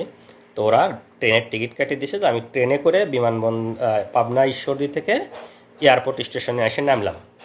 তো আমাকে ধরার পরে আপনার নামে রিপোর্ট আছে, আমার ল্যাপটপের ব্যাগ থেকে ট্রেনের টিকিটটা বের করলো। বের করে ওদেরই কিছু লোকজন সেট করা আছে এয়ারপোর্টের ওখানে, স্টেশনের ওখানেই। তো তাদেরকে দেখাচ্ছে, এই যে দেখেন ভাই, ওদের ট্রেনের টিকিট দেখাচ্ছে এরকম, যে দেখেন ট্রেনের টিকিট, আমাদের কাছে গোপন তথ্য ছিল, এই এখন ঈশ্বরদী থেকে এখানে আসবে, সেই গোপন তথ্যের ভিত্তিতে আমরা আমরা ওকে ধরতে আসছি, তো আপনারা সাক্ষী থাকলেন না। এইটা হলো আমার ট্রেনের টিকিট, কারণ আমি যে জামালপুর থেকে ইসলামপুর থেকে গেছিলাম তারিখ সহ, এটা আমার ট্রেনের টিকিট, যে আমি বিমানবন্দরে 3 দিন আগে গেছিলাম, এটা আমার ট্রেনের টিকিট। আর ওরা একটা ট্রেনের টিকিট কেটে ওই সময় আমার ব্যাগের মধ্যে ঢুকাই দিছিল। তো ঢুকাই দিয়ে লোকজনকে দেখালো যে ট্রেনের টিকিট, আপনারা সাক্ষী থাকলেন, ও এখন ঈশ্বরদী থেকে আসছে, এই সময় আমরা ওকে ধরে নিয়ে যাচ্ছি। তো কয়েকজন সাক্ষী রাখতে হয় ওখানে, ওদেরই দু একজন পানের দোকানদার বা আশেপাশে যারা, এই যে আপনাদের নাম দাম লিখে নিয়ে গেলাম, আপনারা সাক্ষী। হ্যাঁ, সাবিনা কনফেকশনারি, বিমানবন্দর স্টেশন একটা সাবিনা এখনো আছে কিনা জানি না। তো ওইখান থেকে আমাকে ওদের দু একজন সাক্ষী লিখিত রাখলো।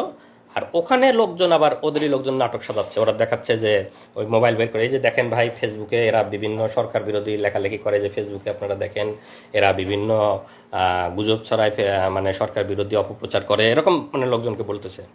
আর লোকজন অনেকে আগে আসে, হায় রে সরকার এত উন্নয়ন করে তারপরেও ছেলেরা সরকারের বিরুদ্ধে লেখে, এরকম দু একজন বলতেছে। তা আমি ওদেরকে আবার, আপনারা ওদের লোক, আপনারা জান, আপনারা মানে ওদের না এখানে নাটক করতেছেন, আমি ওদেরকে চিল্লাপাল্লা করতেছি। যখন আমাকে বলতেছে যে আপনার নামে রিপোর্ট আছে, আপনাকে আমরা ধরতে আসছি, আমি তখন চিল্লাপাল্লা করছে যে আমাকে আমাকে মানে গ্রেপ্তার করতে আসছেন, মানে আমি তো 3 দিন আপনাদের ওখানে ঘুমছিলাম, এখানে আমাকে এনে নাটক করতেছেন, মানে আমি খুব চিল্লাপাল্লা করছি। আশেপাশের লোকজন অন্তত যাতে জানে যে আমাকে ওরা 3 দিন ধরে ঘুম করে। আমার খালি মনে হচ্ছে কেউ যদি আমার একটু ছবি তুলে মানে নিউজে টিউজে দেয় বা ফেসবুকে দেয়, অন্তত আমার ফ্যামিলি বা পরিচিত কারো না কারো নজরে আসবে। আমি খুব চিল্লাপাল্লা করি, ভাই আমাকে গুম করে রাখছিল, এরা আমাকে গুম করে রাখছিল, আমাকে ক্রস ফায়ারে দিবে, ভাই আমাকে মারি ফেলবে, কেউ আমার একটু ছবি তোলেন, কেউ একটু ফেসবুকে দেন, আমি এরকম চিল্লাবো। ওরা আমার মুখ চাপে ধরার চেষ্টা করছে, চুপ চুপ চুপ, এরকম মানে 2-1 কিল ঘুষিয়ে দিছে আমাকে। তো ওরা ওদের মতো তাড়াতাড়ি সাক্ষী নিয়ে আমাকে আবার বিমানবন্দর স্টেশন থেকে টেনে বের করে নিয়ে আসতো। আমাকে যখন বের করে নিয়ে আসছে তখনও আমি চিল্লাপাল্লা করতেছি, ভাই কেউ আমার একটা ছবি তোলেন, ভাই কেউ আমার একটা ছবি তোলেন, আমাকে ওরা নিয়ে যাচ্ছে, আমাকে গুম করে রাখছিল, কেউ কেউ একটু আমার ছবি তুলে একটু দেন, এরকম আমি বলতেছি। কিন্তু কেউই তো সাহস করে আর মানে মোবাইল বের করে ছবি তুলতে পারতেছে না। তো ওরা নিয়ে এসে বিমানবন্দরের সামনে যে ওদের আবার গাড়ি দাঁড় করায়, আমাকে একটু আগেই তো ওদের গাড়িতে করে নিয়ে আসছে, আবার গাড়িতে করে নিয়ে আবার চোখ বেঁধে ওদের যে ক্যাম্প সেখানেই নিয়ে গেল। তো এই পর্যায়ে নিয়ে যাওয়ার পরে নিয়ে গেল, তখন তো সকাল হয়ে গেছে। তো ওখানে যাওয়ার পরে কিছুক্ষণ পরে আমাকে এই প্রথম অফিসারটা তার রুমে নিয়ে গেল, আমাকে ডাক দিয়ে নিয়ে গেল যে আমার সাথে এখন তো যেহেতু মানে হয়ে গেছে, ওখানে নিয়ে যাওয়ার পরে ওরা আবার আমি তো জানি না সংবাদ সম্মেলন, যেহেতু আমি ঘুমে ওদের ওখানে আছি, ওরা জানে, ওরা বলবে যে এই সময় আপনারা জানেন সবাই যে সংবাদ সম্মেলন করলো। ওরা সংবাদ সম্মেলন ডাকে, সব সাংবাদিক ডাকে, সব ওদের, যেহেতু তখন তো দালাল মিডিয়া ছিল, এখন ইনশাল্লাহ মিডিয়া সত্য কথা বলবেন, আপনারা সত্য কথা লিখবেন। তো মিডিয়াতে প্রচার করলো যে এই সেই কথিত পিএইচডি গবেষক, সে আসলে কোরিয়াতে কোনো পিএইচডি করতো না, তারা সরকার বিরোধী অপপ্রচার করত, সরকার বিরোধী লেখালেখি করত, সে গোপনে আজকে কোরিয়াতে পালাই যেতে লাগছিল, আমরা গোপন তথ্যের ভিত্তিতে বিমানবন্দর স্টেশন থেকে তাকে গ্রেপ্তার করে নিয়ে আসছি। তো এরকম সরকার মানে তাদের মতো করে সাজায় তারা সংবাদ সম্মেলন করে বিভিন্ন মিডিয়াতে দিয়ে দিল। দিয়ে দেওয়ার পরে ওখানে আমি তো এগুলো জানি, যেহেতু আমাকে ওখানে রাখছে, তারপরে আমাকে অফিসারটা তার রুমে ডাকলো চোখ খোলা অবস্থায়, এই প্রথম। তো তখন যখন আমাকে ডাকছে তখন আমি প্রথমবারের মতো তার মানে রুমে ঢোকার আগে তার নেম প্লেটটা একবার দেখে গেছি যে কে। পরে তো ভিতরে ঢুকে তার সাথে আমার নাম ধাম ইয়েটেগুলো, যে তোমার নামে এখন মামলা দেওয়া হবে, আমরা তোমার নামে ডিজিটাল নিরাপত্তার মামলা দিয়ে তোমাকে ইয়ে করে দিবে, এরকম বলতেছে আর কি। তো যেহেতু নেম প্লেটটা দেখে গেছে, এই সময় আমি বলতেছি যে এই শুয়োরটা হলো আমাকে গুম করা থেকে শুরু করে সব কিছু নিজে হাতে করছে, এবং আমরা বসিলা মোহাম্মদপুর ক্যাম্পে যে 5 জন ছিলাম, 5 জনকে সে নিজে হাতে গুম করছে। এবং পরবর্তীতে আমি জেলে ছিলাম, জেলে থাকা অবস্থায় অনেকের সাথে কথা, তাদেরকেও সে গুম করছে। তা আমি তার ছবিটা আমার কমেন্টে দিয়ে দিব আপনাদের ইয়েতে, তার বিস্তারিত। তার নাম হলো মহিউদ্দিন ফারুকি। 2018 সালে র‍্যাব 2 বসিলা মোহাম্মদপুরে সে ছিল কোম্পানি কমান্ডার। পরবর্তীতে সে ওখান থেকে চলে যায় হলো পুলিশ সদর দপ্তরের সাপ্লাই শাখার এআইজি ছিল। এতটুকু পর্যন্ত তার ইনফরমেশন আমি জানি। এটা হলো মহিউদ্দিন ফারুকি। এটা হলো মহিউদ্দিন ফারুকের ছবি। আমরা জাস্ট ছবিটা আপনাদেরকে দেখাচ্ছি, আমি পরবর্তীতে আমার কমেন্টে দিয়ে দেবো বিস্তারিত। এইটা হলো সেই মহিউদ্দিন ফারুকি। এই শোর আমাকে গুম করছে এবং আমার সাথে যারা 5 জন ছিল তাদেরকে নিজ হাতে গুম করছে। মহিউদ্দিন ফারুকি 2018 সালে র্যাব 2-এর কোম্পানি কমান্ডার, পরবর্তীতে পুলিশ সদর দপ্তরে সাপ্লাই শাখার এআইজি ছিল। আপনারা এর লিখে রাখবেন এবং এর ব্যাপারে আপনারা অবশ্যই তো অ্যাকশন নেবেন যারা মানবাধিকার কর্মী এবং যারা আছেন আইন শৃঙ্খলা রক্ষাকারী বাহিনী। তো আমাকে ওই সময় একবার জিজ্ঞাসাবাদ যেহেতু করে, আমি ওর নেম প্লেটে দেখে গেছি। তো পরবর্তীতে ওখান থেকে আমাকে ওখানেই রেখে দেয়, এদিকে সংবাদ সম্মেলন টিয়ে করে আর কি। আর এর ব্যাপারে আরেকটু বলে রাখি, মহিউদ্দিন ফারুকি এরা তো হলো যে আমাদের নামে বিভিন্ন রকম অপবাদ দিয়ে আমাদেরকে মানে কালার করার বা আমাদেরকে অপমানিত করার চেষ্টা করেছে। এই মহিউদ্দিন ফারুকি আপনারা নাম দিয়ে সার্চ দেবেন, মহিউদ্দিন ফারুকি নাম দিলেই দেখবেন এর নামে বিভিন্ন রিপোর্ট আইছে। পুলিশ সদর দপ্তরের সাপ্লাই শাখার এআইজি থাকা অবস্থায় নারী কেলেঙ্কারিতে এক মহিলাকে, সে অবিবাহিত মানে বিবাহ বহির্ভূত মহিলাকে নিয়ে এসে সে নিয়মিত তার সাথে শারীরিক সম্পর্ক করতো তার অফিসেই, এবং সেই মহিলা এক পর্যায়ে প্রেগনেন্ট হওয়ার পরে সে মহিলাকে কোনোভাবে জোর করে ওষুধ খাওয়ায় অ্যাবর্শন করানোর পরে পরবর্তীতে আবার সে শারীরিক সম্পর্ক করতে থাকে, মহিলাটা আবার প্রেগনেন্ট হয়। পরবর্তীতে যখন সে আবার জোর করে অ্যাবর্শন করাতে যায়, তখন মহিলাটাও কোনোভাবে, উনি হয়তো আমার এই লাইভ যদি কোনোভাবে শুনে থাকে, মহিলাটাও কোনোভাবে হয়তো কোনো পাওয়ারফুল কারো মানে পরিচিত, সে তখন সেটা মানে মামলা করে তার নামে এবং সংবাদ সম্মেলন এটে করে। এই মানে শোরের নামে আপনারা সার্চ দিলেই পাবেন মহিউদ্দিন ফারুকি ভ্রূণ হত্যা মামলা, তার নামে 2টা না 3টা মামলা হয়েছে এবং সে তখন সাময়িক বরখাস্ত, র্যাব সদর দপ্তর মানে পুলিশ সদর দপ্তর সাপ্লাই শাখার এআইজি থাকা অবস্থায় তখন থেকেই সে সাময়িক বরখাস্ত। এগুলো হলো এদের চরিত্র। এরা হলো এরকম মানে বিবাহ বহির্ভূত এরকম মানে ব্যভিচার এগুলা নিয়ে থাকে এবং তারা আমাদের নামে বিভিন্ন রকম অপবাদ দেওয়ার চেষ্টা করে এবং তখন থেকেই মানে সাময়িক বরখাস্ত অবস্থায় আছে। এগুলো হলো এদের বাস্তব চরিত্র।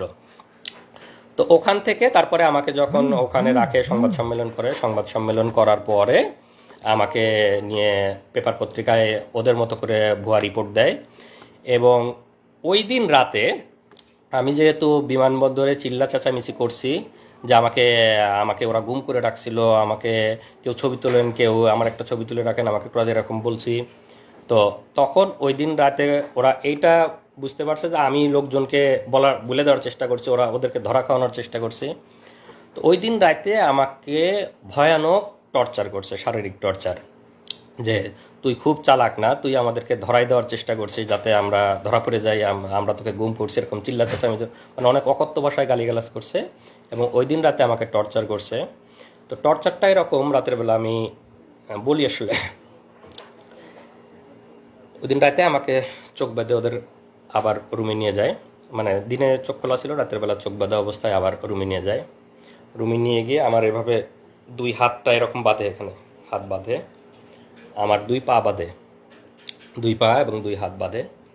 আমার এই হাতের মধ্যে দিয়ে এই দিক দিয়ে একটা বাঁশ মতো ঢুকাই, আমি তো চোখ বাঁধা দেখতে পাচ্ছি না, বাঁশ মতো এরকম আড়াআড়ি ঢুকাই দেয় এবং আমার পায়ের উপরে এখানেও আড়াআড়ি একটা বাঁশ মতো রেখে দেয়। তো 2টা বাঁশ, আমার দুই পায়ের উপর আড়াআড়ি একটা, আমার হাতের উপর আড়াআড়ি একটা। আর এই 2 বাঁশের উপরে মানে এই বাঁশের উপরে 2-4 জন, ওই বাঁশের উপরে 2-4 জন এরকম দাঁড়ায়, মানে রুটি বলার মতো, যেরকম মানে আমরা যেরকম বেলন দিয়ে রুটি বলি এইরকম একদম চাপ দিয়ে এরকম বলতেছে। আমি তো চিল্লাই করছি। যখন চিল্লাচ্ছি তখন আমার মুখের মধ্যে গামছা গুঁজে দিছে যাতে মানে চিৎকার বাইরে না যায়, আমার মুখের মধ্যে চিল্লাচ্ছে। পরে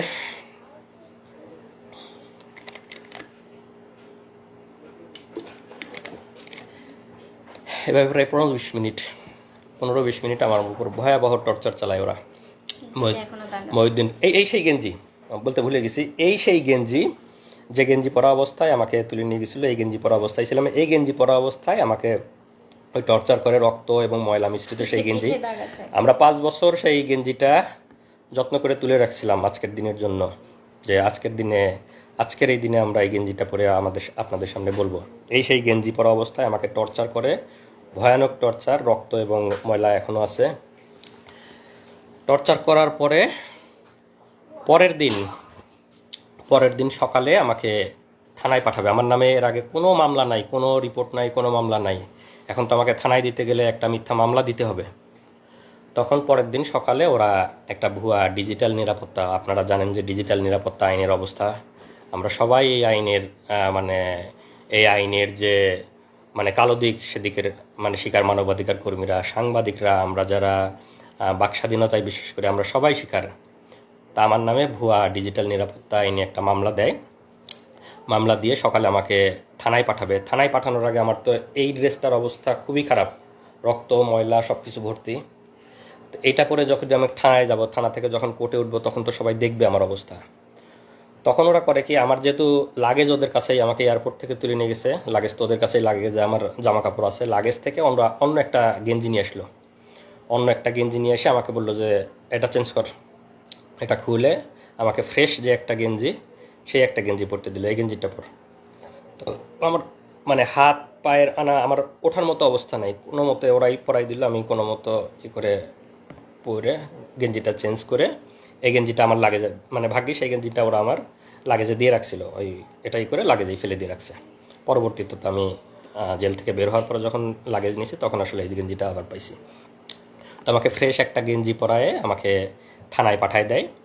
থানায় পাঠায় দিয়ে সেখানে যেটা বললাম যে আমার নামে মিথ্যা ডিজিটাল নিরাপত্তা আইনে মিথ্যা মামলা দেয়। মামলা দেওয়ার পরে আমি তো থানায় এসে, এদিকে তো আমার পরিবার খোঁজাখুঁজি করতেছে, যে সংবাদ সম্মেলন ওরা জানছে, দেখতে পাইছে যে আমাকে গ্রেপ্তার দেখাইছে, কিন্তু এখনও ওদের সাথে আমার দেখা হয় নাই। আমি তো বুঝতে পারতেছি না যে আমাকে গ্রেপ্তার পেপার পত্রিকায়, মিডিয়া, কারণ আমি তো আমার জগতে। তো এই পর্যায়ে ওরাও খোঁজাখুঁজি করতেছে। তো এখন একটু সংক্ষেপে বলুক যে ওদের থানায় আসার পরের অভিজ্ঞতা। আমার কথা শেষ হয়েছিল যে আমার থেকে টাকা নিল, টাকা নেওয়ার পর তারা কনফার্ম করলো যে টাকা পেয়েছি, একটু পরে ছেড়ে দিব। তো আমরা ওয়েট করছি, আর কোনো খবর নাই। এরপরে যখন অনেক বেশি ভাইরাল হলো, তারপর হচ্ছে আমার কাছে ওই যে আমার হাজবেন্ড বললো না যে যারা গার্ড দিচ্ছিল তাদেরকে অনেক রিকোয়েস্ট করছে, তো সেখানকার একজন আমাকে কল দিয়ে বলছে যে আমি আপনার হাজবেন্ডের ব্যাপারে জানি, উনি ভালো আছে, উনি মারা যায় নাই, উনি ঠিক আছে, আপনারা চিন্তা করিয়েন না। তো আপনারা যে এত একদম ভাইরাল করে ফেলতেছেন, ম্যাসাকার করতেছেন, এই সেই করতেছেন, এগুলা কইরেন না, যত করবেন তত ক্ষতি হবে, এরকম করে আমাকে বলছে। তো তারপর আমি বললাম আমাকে তো কিডন্যাপের কথা বলে টাকা নিছে, তো এগুলা কারা তাহলে? পরে বলে তাই নাকি, টাকা নিছে, আপনারা টাকা দিছেন কেন? তারপরে আমি বললাম আমি তো জানি না, আমাকে বলছে কিডন্যাপ করছি, টাকা দেন, টাকা দিছি, কিন্তু তাকে আর ফিরিয়েও দেয় নাই এবং ফোন নাম্বারও বন্ধ। তখন সেই পুলিশ অফিসার বলছে না, কিডন্যাপ করা হয় নাই, সে ডিবির হেফাজতে আছে এবং তাকে সম্ভবত অ্যারেস্ট দেখানো হতে পারে 2-1 দিন পরে। আপনারা যারা লাইভটা দেখতেছেন একটু শেয়ার করেন, যাতে বাকি সবাই আসলে যে এই ফ্যাসিবাদ এবং গুম এরা যে কতটা ভয়াবহ, সবাই যেন জানতে পারে। হাসিনার ফ্যাসিবাদের শাসন এবং হাসিনার গুম নিয়ে সবাই যেন জানতে পারে। আপনারা সবাই লাইভটা একটু শেয়ার করে দিন, যাতে সবার কাছে এই ইনফরমেশনগুলো পৌঁছায় যায়। তো ওই পুলিশটা আমাকে ফোন দিয়েছিল হলো দুপুর 11:30 থেকে 12টার এদিকে। তো আমাদের অবস্থাটা এমন ছিল, আমরা কাউকে বিশ্বাস করতে পারছি না তখন, কারণ কিডন্যাপের কথা বলে টাকা নিল, আবার পুলিশ ফোন করে আমাকে বলতেছে যে আপনারা এত ভাইরাল কেন করতেছেন। তো তখন আমাদের মনে হচ্ছে যে ওরা আমাদেরকে বাধা দেওয়ার জন্য হয়তো বা মিথ্যা কথা বলতেছে, আমাদের মনের ভেতরে সেই ধুকপুকুনি কমে নেই। তারপরে যাই হোক সারাদিন চলে গেল। বিকাল 3টা 2:45 থেকে 3টা এর মধ্যে হচ্ছে আমার ভাসুর, আমার যারা ঢাকায় ছিল, আমার ভাসুর আমাকে ফোন দিয়ে বলল যে সংবাদ সম্মেলন করে ওরা তো মনিকে অ্যারেস্ট দেখাইছে। তো রেলওয়ে থানায় অ্যারেস্ট দেখাইছে। আর আমরা হচ্ছে তার জিডি করছিলাম হচ্ছে দক্ষিণ খান থানায়। তো রেলওয়ে থানায় অ্যারেস্ট দেখাইছে। আমার ভাসুরা সাথে সাথে সেখানে গেছে, যে তার সাথে দেখা করতে চাইছে, বলছে যে না এখন দেখা করা যাবে না এরকম। তো তখন আমার ভাসুর আমাকে বললো যে তুমি এখনই রওনা দাও, হয়তো তোমাকে দেখা করতে দিবে, তুমি সাফওয়ানকে নিয়ে এখনই চলে আসো।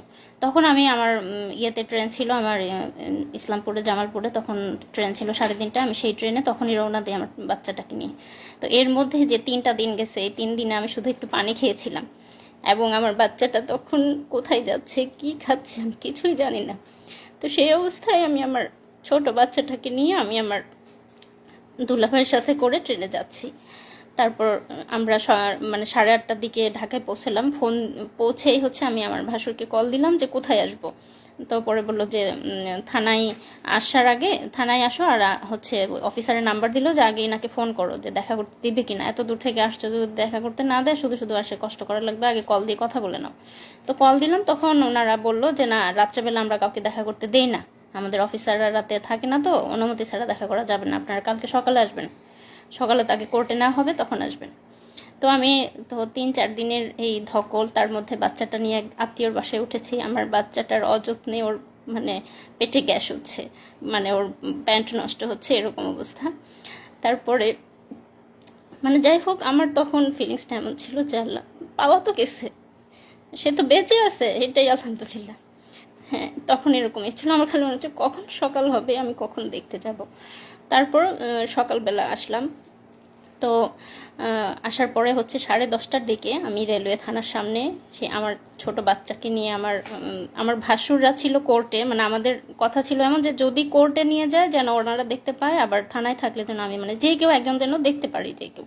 তো ওনারা ওখানে ছিল, আর আমি আমার দুলাভাই সহ বাচ্চা সহ আমরা হচ্ছে রেলওয়ে থানার সামনে দাঁড়ায় আছি। আমরা হচ্ছে বারবার জিজ্ঞেস করতেছি, আমাকে তো কিছু বলতেছে না যে আছে কি না আসলে, বা এই সে কিছুই বলতেছে না। তো তখন আমার শ্বশুরবাড়ি যেহেতু পাবনা, আমার শাহজাদপুর পাবনার কাছাকাছি এক এলাকার একটা পুলিশ ছিল, উনি আমাকে বলল যে আপনারা অপেক্ষা করেন, আসে উনি এখানে, কিছুক্ষণ পর বের করা হবে। তো সকাল 10:30 থেকে 12:30 পর্যন্ত রোদের মধ্যে দাঁড়াই ছিলাম। আমাদেরকে থানায় ঢুকতে দেয় নাই, ওখানে কোনো বসার জায়গা ছিল না, এবং ওখানে যেহেতু স্টেশন, চাইলে আমরা যেয়ে বসতে পারতাম। আমাদের কাছে মনে হয়েছে যে 1 মিনিটও এখান থেকে নড়বো না, যদি এর মধ্যে নিয়ে যায়, আমরা কোথাও গেলাম তখনই যদি নিয়ে যায়। আমার বাচ্চা তখন হচ্ছে মানে 2-2.5 বছর বয়স, মানে ওর খাওয়া ঘুম সব কিছু উল্টাপাল্টা হয়ে যাচ্ছে। তো যাই হোক, তারপরে তাকে 12:30টার দিকে হচ্ছে বের করলো। যখন বের করলো দেখি যে তার 2 হাত বাঁধা, এবং মানে এই যে আপনারা দেখছেন আসিফ মাহতাব স্যারকে যেভাবে বেঁধে বের করছে কোর্টে, সেভাবে তাকে বেঁধে বের করছে। আমি দৌড়ে চলে গেছি, দৌড়ে গিয়ে তাকে জড়ায় ধরে খালি আলহামদুলিল্লাহ বলছে, আর বলছি যে তুমি একটুও চিন্তা করো না, সব ঠিক হয়ে যাবে। হ্যাঁ, আমি কাঁদি নাই, আমি তাকে সাহস দিচ্ছি, আমি বলছি যে সব ঠিক হয়ে যাবে ইনশাল্লাহ, তুমি একটুও চিন্তা করো না। ও আমাদেরকে দেখে অবাক হয়ে গেছে যে আমরা কিভাবে জানলাম, কিভাবে এখানে আসলাম। তো আমার মানে আমরা ওখানে যাওয়ার সাথে আমার তো ধারণাই নাই যে ওরা মিডিয়ার মাধ্যমে জানছে, মানে থানার সংবাদ পাইছে, থানাতে চলে, কারণ আমি তো থানার মধ্যে, মানে আমি কিছুই বুঝতে, মানে আমি ওদেরকে দেখে অবাক হয়ে গেছি যে মানে ওরা এখানে চলে আসছে। আমি আমার ছেলেকে নিয়ে আমি যখন গেলাম দৌড়ায়, ওরা আমাদের কুকুরের মতো দূর দূর করে মানে ইয়ে করে দিচ্ছে, তাড়া দিচ্ছে, এই চলে যান চলে যান, খবরদার কাছে আসবেন না, কাছে আসলে কিন্তু আসামিকে টর্চার করবো, খবরদার কাছে আসবেন না। তো ও আমার বাবুকে জাস্ট একটা চুমা দিতে আসছিল, মানে ঠোঁটটা কাছে নিয়ে আসছে আমার বাবুর গালের কাছে, ওরা দিতে দেয় নাই, ওরা ওকে দড়ি ধরে টান দিয়ে হেঁচকে টান দিয়ে নিয়ে গেছে। এই দৃশ্য আমি কোনোদিনও ভুলবো না। তারপর যাই হোক, ওনাকে একটা সিএনজিতে উঠালো, পাশে তো 3-4 জন পুলিশ ছিল, তো সাথে সাথে আমরা আরেকটা সিএনজি ভাড়া করলাম। ভাড়া করার পরে আমাদেরই হলো যে আমরা ওদেরকে পুরো ফলো করব, ওরা যেদিক দিয়ে যাচ্ছে আমরা ওইভাবে। তো যে ফলো করতেছি, আমাদের সিএনজি ওদের সিএনজি পাশাপাশি ছিল, এবং একটা জ্যাম লেগে যায়, জ্যাম লেগে যাওয়ার ফলে তাদের সিএনজি আর আমাদের সিএনজি একদম পাশাপাশি, মানে আমি বারবার আমার এখান থেকে দেখতেছি ও একটু করে তাকাচ্ছে। তো আমি সাফওয়ানকে বলছি, দেখো ওই যে তোমার বাবা, ডাকো বাবাকে ডাকো। সাফওয়ান ডাকতেছে, বাবা বাবা এমন করে ডাকতেছে। পুলিশ কতটা হিংস্র, কতটা খারাপ, সে সিএনজি থেকে বের হয়ে এসে, আমাদের সিএনজিওয়ালা একটু বয়স্ক ছিল, আমাদের সিএনজিওয়ালাকে লাথি মেরে বলতেছে যা তাড়াতাড়ি এখান থেকে, মানে আমাদের সিএনজি ওখানে দাঁড়াতে দিচ্ছে না। সে বয়স্ক মানুষটার সাথে খারাপ, জাস্ট আমার ছেলে একটু বাবা বলে ডাকছে, এটাই ওদের সহ্য হচ্ছে না। ঠিক আছে, তখন ওরা লাথি মেরে আমাদের সিএনজিওয়ালাকে বলতেছে যা তাড়াতাড়ি, মানে যেন দেখাই না হয় এরকম। পরে যাই হোক, ওনাকে নিয়ে গেল, নিয়ে যাওয়ার পরে কোর্টে মানে যখন ওনাকে সিএনজি থেকে নামিয়ে গারদে নিচ্ছে, আমার ভাসুররা তখন প্রথম 3-4 দিন পরে তাদের ভাইকে দেখতে পেল। তারপর আমরা নামলাম, নামার পরে আমরা মানে অপেক্ষা করছি কি করে কি হবে, কারণ আমাদের পরিবারে কোনো, আমার শ্বশুর বাড়ি আমার বাবার বাড়ি কোনো ফ্যামিলিতেই এরকম কিছু হয় না, আমরা কিচ্ছু জানি না কি হতে যাচ্ছে কি হবে। কিন্তু আমার মনের মধ্যে একটা সাহস ছিল যে আমার ভাসুররা অনেক ভালো ভালো জব করে ইনশাল্লাহ খুব দ্রুত বের করে আনতে পারবে। আমি জানি না, আমি ছোট মানুষ, তখনও এসব বুঝি না, মানে এত কষ্ট যে হবে সেটা বুঝতে পারিনি। আমার মনে হয়েছে খুব দ্রুত 2-3 দিনের মধ্যেই হয়তো বের করতে পারবে। তো তারপর যাই হোক, কারোর থেকে তাকে কোর্টে নেওয়া হলো।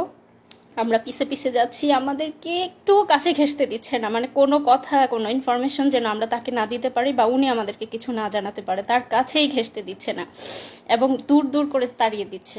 তারপর হচ্ছে তাকে তখন কোর্টে তোলা হলো। এরপর তুমি বলো। যে আসলে অভিজ্ঞতা বলতে গেলে আরও অনেক কষ্টের কথা, সব কিছু বলা এক লাইভে সম্ভব না। এরপরে তো আমাকে কোর্টে নিল গারোদের বা মানে কোর্টের কাহিনী আপনারা অনেকেই জানেন, যাদের পরিবারের অনেকে মামলা মোকদ্দমার শিকার হয়েছে। সেখানে কি অবস্থা সেটা আর বর্ণনা না করি, আমাদের লাইভ অনেক লম্বা হয়ে যাবে। তো আমাকে সেখানে যেহেতু বললাম যে ডিজিটাল নিরাপত্তা আইন, সরকার যে আইনটা করছে আমাদের বাক স্বাধীনতা হরণের আইন, আমাদের স্বাধীনতা হরণের আইন, সেই আইনে মিথ্যা মামলা দেয়। মামলা দিয়ে আমাকে কোর্টে চালান দেয় এবং কোর্ট থেকে আমাকে রিমান্ড দেওয়া হয়। আইনজীবী, আমি তখন আমার আমার আমার আইনজীবী বলছে যে পিএইচডি করে, পিএইচডি শেষ মানে শেষের ইয়েতে, মানে স্কলার, সে রিসার্চার। এত কিছু শোনার পরেও বিচারক আমাকে রিমান্ডে দিছে, আসিফ মাহতাব স্যারকে বা আমাদের সম্মানিত শিক্ষকদেরকে যেভাবে দেওয়া হয় সেভাবে আমাকে প্রথমে 3 দিনের রিমান্ডে দেয়, পরে আরও 1 দিনের রিমান্ড এবং সেগুলোর অভিজ্ঞতা বর্ণনা করতে গেলে আরও অনেক লম্বা হয়ে যাবে। তো সেগুলো আজকে বর্ণনা না করি। তো 3 দিনের মানে রিমান্ডগুলো শেষ হওয়ার পরে আমাকে রিমান্ডের ওখানে আমার ফ্যামিলির কাছ থেকে টাকা দাবি করছে, আমার কাছে ফ্যামিলির কাছ থেকে টাকা করছে, আমার ওখান থেকে টাকা নিছে। আমার মোবাইলটা ওদের কাছে ছিল। মানে হাসিনা তো সারা বাংলাদেশে মানে পুলিশ এবং সব জায়গায় যে দুর্নীতি করছে, ওরা ওখানেই আমাকে বলতেছে যে মানে টাকা দিতে হবে। মানে ওখানে আমি কিভাবে টাকা দিব, তখন মানে আমাকে বিভিন্ন রকম ভয়ভীতি দেখাচ্ছে, আমার ফ্যামিলির উপর করবে, ফ্যামিলির উপর মানে ফ্যামিলিকেও জড়াবে এগুলোর মধ্যে। তখন আমি ওদেরকে বললি যে আমার মোবাইলটা আপনাদের কাছে আছে কিনা। হ্যাঁ, মোবাইল আছে। তখন আমি যেহেতু ইন্টারনেট ব্যাংকিং ইউজ করতাম, আমার কোরিয়ার যে ইন্টারনেট ব্যাংকিংয়ের অ্যাপস আমার মোবাইলে ইনস্টল করা ছিল, আমি ওখান থেকে ওদের মানে বিকাশে মানে ইনস্ট্যান্ট 10,000 টাকা ট্রান্সফার করে দেই। তখন মানে একটু মানে ঠান্ডা, মানে পুলিশ তো ঘুষখোর, মানে আমাদের কাছ থেকে 1 লাখ টাকা ওদের কাছ থেকেও চাইছে। তারপরে আমাকে মিথ্যা মামলা রিমান্ড শেষ করার পরে আদালতের মাধ্যমে আমাকে জেলে পাঠায় দেয়। তো জেলের অনেক অভিজ্ঞতা, জেল, রিমান্ড এগুলা বলতে গেলে আসলে আরও বিস্তারিত বলার সময় নাই, লাইভও লম্বা হয়ে যাবে। তো জেলের সবচেয়ে সুন্দর একটা অভিজ্ঞতা হলো যে আমাদের শহীদ দেলোয়ার হোসেন সাইদি হুজুরের সংস্পর্শ পাইছি আমি ওই সময়। সাইদি হুজুর এবং আমাকে কেরানীগঞ্জ জেল থেকে কাশিমপুর জেলে পাঠানো হয়েছিল। তো কাশিমপুর জেলে যখন ছিলাম, সাইদি হুজুর সেখানে ছিলেন। আমি এবং সাইদি হুজুর প্রায় 20-25 দিন একসাথে ছিলাম। বিকালে আমরা একসাথে হাত ধরে হাঁটতাম, সাইদি হুজুরের সাথে গল্প করতাম। অনেক অনেক অনেক নসিহা করছে, আমার হাত ধরে আমার ওই যে টর্চার করছে, আমার আঙ্গুলগুলো প্রায় আমি 3 মাস এই 2টা আঙ্গুল মানে কোনোভাবেই আমি মানে এরকম ভাঁজ করে এই 3টা আঙ্গুল দিয়ে আমি খাওয়া দাওয়া করতাম। এই 2টা আঙ্গুলের কোনো ফিলিং ছিল না। ওরা এমনভাবে মানে টর্চার করে যে এখানে বাইরে থেকে বোঝা যায় না, ভিতরের নার্ভ এবং ভেসেলগুলো যাতে ড্যামেজ হয়ে যায়। তো এই কারণে চাপ দেওয়ার ফলে হাত এবং পায়ের নার্ভগুলো কাজ করে না। বাইরে থেকে দেখে মনে হবে যে হালকা একটু দাগ বা এর মতো, কিন্তু ভিতরের নার্ভ মানে ড্যামেজ হয়ে যায়। এই কারণে দেখা যায় যে এদিকের সাপ্লাইগুলো বন্ধ হয়ে যায়। তো আমার এই 2টা আঙ্গুল প্রায় 3 মাস কোনো ফিলিংস পাইতাম না আমি। এবং আমি যেহেতু রিসার্চার, আমি পাইপেট ইউজ করি, আমি তো সবসময় এই ফিঙ্গারটা ইউজ করতে হয়। এই ফিঙ্গারের আমি কোনো মানে পেতাম, কোনো ফিলিংসই পাইতাম না। এটা তো এই ভাঁজ করা বা কোনো ফিলিংস ছিল না এই 2টা আঙ্গুল প্রায় 3 মাস। তো দেলোয়ার হোসেন সাইদি হুজুরের সভাপতি ছিলাম, উনি আমার হাতে মেসেজ করে দিছে, দোয়া করছে সাইদি হুজুরকে আল্লাহ জান্নাতুল ফিরদাউস নসিব করুক। এটা আমার জেলের সবচেয়ে সুন্দর অভিজ্ঞতা, যে সাইদি হুজুরের মতো একজন মানুষের সহচর্যে আমি প্রায় 20 দিন ছিলাম। উনি আমাকে ওনার একটা ফতুয়াও গিফট করছিলেন ওই সময়। আর এই যে আমরা এতদিন পরে আজকে লাইভে আসছে, আপনারা সবাই জানেন যে বাংলাদেশ কোন ফ্যাসিবাদের মধ্যে ছিল, আমাদের কোনো বাক স্বাধীনতা ছিল না, আমাদের বলার কোনো সুযোগ ছিল না, বলার কোনো অধিকার ছিল না, মিডিয়া আমাদের কথা প্রচার করতো না, আমাদের পরিবারের উপর টর্চার করা হতো, পরিবারের আমি কোরিয়াতে চলে আসছি, আবার আল্লাহ আমাকে জেল থেকে অনেক কঠিন পথ পাড়ি দিয়ে আসতে হয়েছে, সেগুলা অন্য কোনো একদিন বলবো। তারপরেও আমার এখানে পিএইচডি ডিগ্রি হয়েছে, আল্লাহ আমাকে ভালো চাকরি মিলাইছে, অনেক ভালো আছি। কিন্তু তারপরেও তো মানে দেশের প্রতি টান আছেই। আর এতদিন যে আমরা বলতে পারি নাই, কিন্তু এর মাঝে তো আমরা চুপ ছিলাম না। আমরা যারা বলতে চাই তারা তো আমরা বিভিন্নভাবে বলার চেষ্টা করি। আমি আল জাজিরাতে, বিবিসিতে, আমাদের শ্রদ্ধেয় সামি ভাই, তাসনিম খলিল ভাই, ওনাদের সাথে কথা বলছি, ওনাদের কাছে বলছি, বিবিসিতে বলছি, আল জাজিরাতে বলছি, সব জায়গায় হাসিনার ফ্যাসিবাদ, হাসিনার গুম, এগুলো আমরা অলরেডি ইন্টারন্যাশনাল মিডিয়াতে দিয়ে রাখছিলাম। এবং আজকের যে এই যে সরকারের পতন, এগুলো আসলে তো সব কিছুরই সম্মিলিত একটা মানে বাইরে থেকে মানে র্যাবের যে স্যাংশন বা র্যাবের এগুলো সব কিছুই আসলে এই সম্মিলিত মানে রিপোর্ট বা এগুলোর মাধ্যমে হয়েছে। এবং আমি যেহেতু পিএইচডি রিসার্চার ছিলাম, আমি তো স্বাভাবিকভাবেই মোটামুটি তাদের সাথে ইংরেজিতে কথা বলতে পারবো। তো আমি তাদেরকে সব কিছু বিস্তারিত বলছি, বিবিসি, আল জাজিরা এবং মানবাধিকার সংগঠনগুলোকে। তো আসলে শেষ কথা এটাই যে আমরা যারা প্রবাসে আছি সবাই দেশকে ভালোবাসে, স্বাভাবিকভাবে আমিও ভালোবাসি, দেশকে অনেক ভালোবাসি। দেশকে ভালোবাসি জন্যই পিএইচডি শেষ করে ইচ্ছা ছিল দেশে ফিরে যাব, দেশে থাকব, দেশের জন্য কাজ করব। সেই আশা আকাঙ্ক্ষা নিয়েই গেছি। এবং নিজের যোগ্যতা বলে ইচ্ছা ছিল ইউনিভার্সিটিতে জয়েন করব, ইউনিভার্সিটিতে জয়েন করার চেষ্টা করেছি। কিন্তু আমাদের যেহেতু মেধাকে মূল্যায়ন করা হয় না, স্বাভাবিকভাবেই আমাকেও মূল্যায়ন করা হয় নাই। আমাকে দেশের জন্য কাজ করতে গিয়ে আমাকে আসামি হয়ে দেশ থেকে ফিরে আসতে হয়েছে। তো আমরা সেই কষ্ট নিয়েই এখনও আছি। শত কষ্টের পরেও আমরা আজকে আলহামদুলিল্লাহ বলি যে আমাদের শত জুলুম নির্যাতনের পরে আল্লাহ আমাদেরকে মুক্তি দিয়েছে, ফ্যাসিবাদ থেকে মুক্তি দিয়েছে, জালিমের শাসন থেকে মুক্তি দিয়েছে। এবং আজকে আমান, আজমি, আরমান ভাইরা ফিরে আসছে আয়নাঘর থেকে, এটা দেখে আমরা কান্না করতেছি। আমি, আমার স্ত্রী, আমরা কান্না করতেছি যে আমরা 3 দিন ঘুমে আমাদের কি অবস্থা ছিল, মনের অবস্থা। এই ভাইরা 8-10 বছর ধরে গুম, তাদের মনের অবস্থা কি? আপনারা হয়তো তাদের কথাও শুনবেন, তারা আস্তে আস্তে হয়তো আসবে। তাদের মানসিক অবস্থার কি অবস্থা আমি জানি না। 3 দিনেই তো আমার মানসিক অবস্থা বর্ণনা করলাম। এবং এই অবস্থায় সবসময় দেশে যাওয়ার জন্য উদ্যম, যেহেতু মিথ্যা মামলা দিয়ে রেখেছে এবং দেশের জন্য কাজ করতে গিয়ে দেশ থেকে আসামি হয়ে ফিরে আসছি। দেশে যাওয়ার খুব বেশি সুযোগ ছিল না। এর মাঝে আমার আম্মা ক্যান্সারে আক্রান্ত হয়ে মারা যায়। আমি আম্মাকে শেষবার দেখতে পারি। আম্মা মারা যাবে, আম্মা ডাক্তার বলছে যে এত মেয়াদ আছে, এত মাস ম্যাক্সিমাম হয়তো টাইম পাইতে পারে। আম্মার ডায়াগনোসিস হয়েছিল লেট স্টেজে। সব কিছু জানার পরেও আমরা আম্মার জন্য যাইতে পারি। শেষ মুহূর্তে না পেরে আম্মার যখন অবস্থা বেশি খারাপ, আমি টিকিট কাটছিলাম। আমি, আমার স্ত্রী, সন্তান, আমরা 4 জন সবাই টিকিট কাটছি যে যত যাই হোক আমাকে গ্রেপ্তার করলেও আমি যাব, আম্মাকে আমার দেখতেই হবে। আম্মা সেই শেষ সময় আমি টিকিট কেটে যাওয়ার চেষ্টা, তখন করোনার পিক সময়, টিকিট অনেক এক্সপেন্সিভ, টিকিট পাওয়া যায় না, ফ্লাইট নাই। সেই মুহূর্তে আমি টিকিট কেটে মানে আম্মার জন্য গেছি। কিন্তু আমি যেদিন টিকিট কাটছি আম্মা তার পরের দিন মারা গেছে। আমি যেতে যেতে আম্মার জানাজা পাই নাই, আমার যেতে আরও একদিন ডিলে হয়েছে। কারণ তখন করোনার সময় তো আমাদের পারমিশন নিয়ে যাইতে হইতো যে আমরা ফিরে আসবো। করোনার সময় ফ্লাইট অ্যাভেলেবেল ছিল না, টিকিট কেটে যাওয়ার সুযোগ ছিল না। তো টিকিট কেটে আমার ফ্লাইট ছিল 2 দিন পরে। আমি যেদিন টিকিট কাটছি পরের দিন আম্মা মারা গেছে। আমি আমার আম্মাকে পাই নাই। এই আফসোস আমার সারা জীবনে যাবে না। আমি আম্মাকে,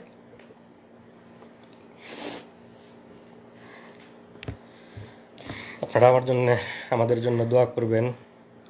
যারা যারা হাসিনার জালিম হাসিনার ফ্যাসিবাদের কবলে আছেন সবার জন্য আমাদের দোয়া থাকবে। এবং যারা যারা আজকে আয়নাঘর থেকে ফিরে আসতেছেন তাদের জন্য দোয়া থাকবে। এবং আমরা আবার ফিরে আসতে চাই, শত নির্যাতনের পরেও আমরা চাই আমরা দেশে ফিরে আসব, দেশের জন্য কাজ করব। নতুন দেশ গঠনে আমরা সবাই একসাথে ঐক্যবদ্ধভাবে কাজ করব এবং আমাদের নতুন বাংলাদেশ হবে সুজলা সুফলা, এবং যেখানে কোনো দুর্নীতি থাকবে না, যেখানে কোনো ফ্যাসিবাদ থাকবে না। এই ডিজিটাল নিরাপত্তা আইন, এই বাক স্বাধীনতা হরণের আইন উঠিয়ে দেওয়া হবে। এবং আমি আশা করি যারা মানবাধিকার সংস্থায় আছেন, যারা নতুন সরকার গঠন করবেন, তারা এই ফ্যাসিবাদী এবং বাক স্বাধীনতা হরণকারী এই ডিজিটাল নিরাপত্তা আইন আপনারা উঠিয়ে দিবেন। যারা যারা আমরা নির্যাতনের শিকার তাদেরকে এই জুলুম থেকে আপনারা মুক্তি দেবেন। এবং আমি পরিশেষে যে ছাত্র আন্দোলনের মাধ্যমে এই ফ্যাসিবাদ, এই জুলুম থেকে আমরা মুক্তি পেয়েছি আল্লাহর অশেষ মেহেরবানিতে, তাদেরকে আমি ধন্যবাদ দিতে চাই। তাদেরকে ধন্যবাদ দিয়ে আমি ধন্যবাদ দেওয়ার কোনো ভাষা আমার জানা নেই। তাদের এই আন্দোলনের ফলে এবং যারা শহীদ হয়েছেন তাদের আত্মার মাগফিরাত কামনা করি।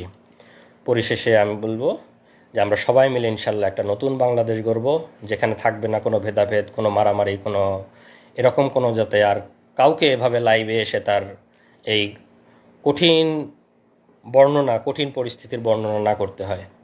সবাইকে ধন্যবাদ। আসসালামু আলাইকুম ওয়া রাহমাতুল্লাহ।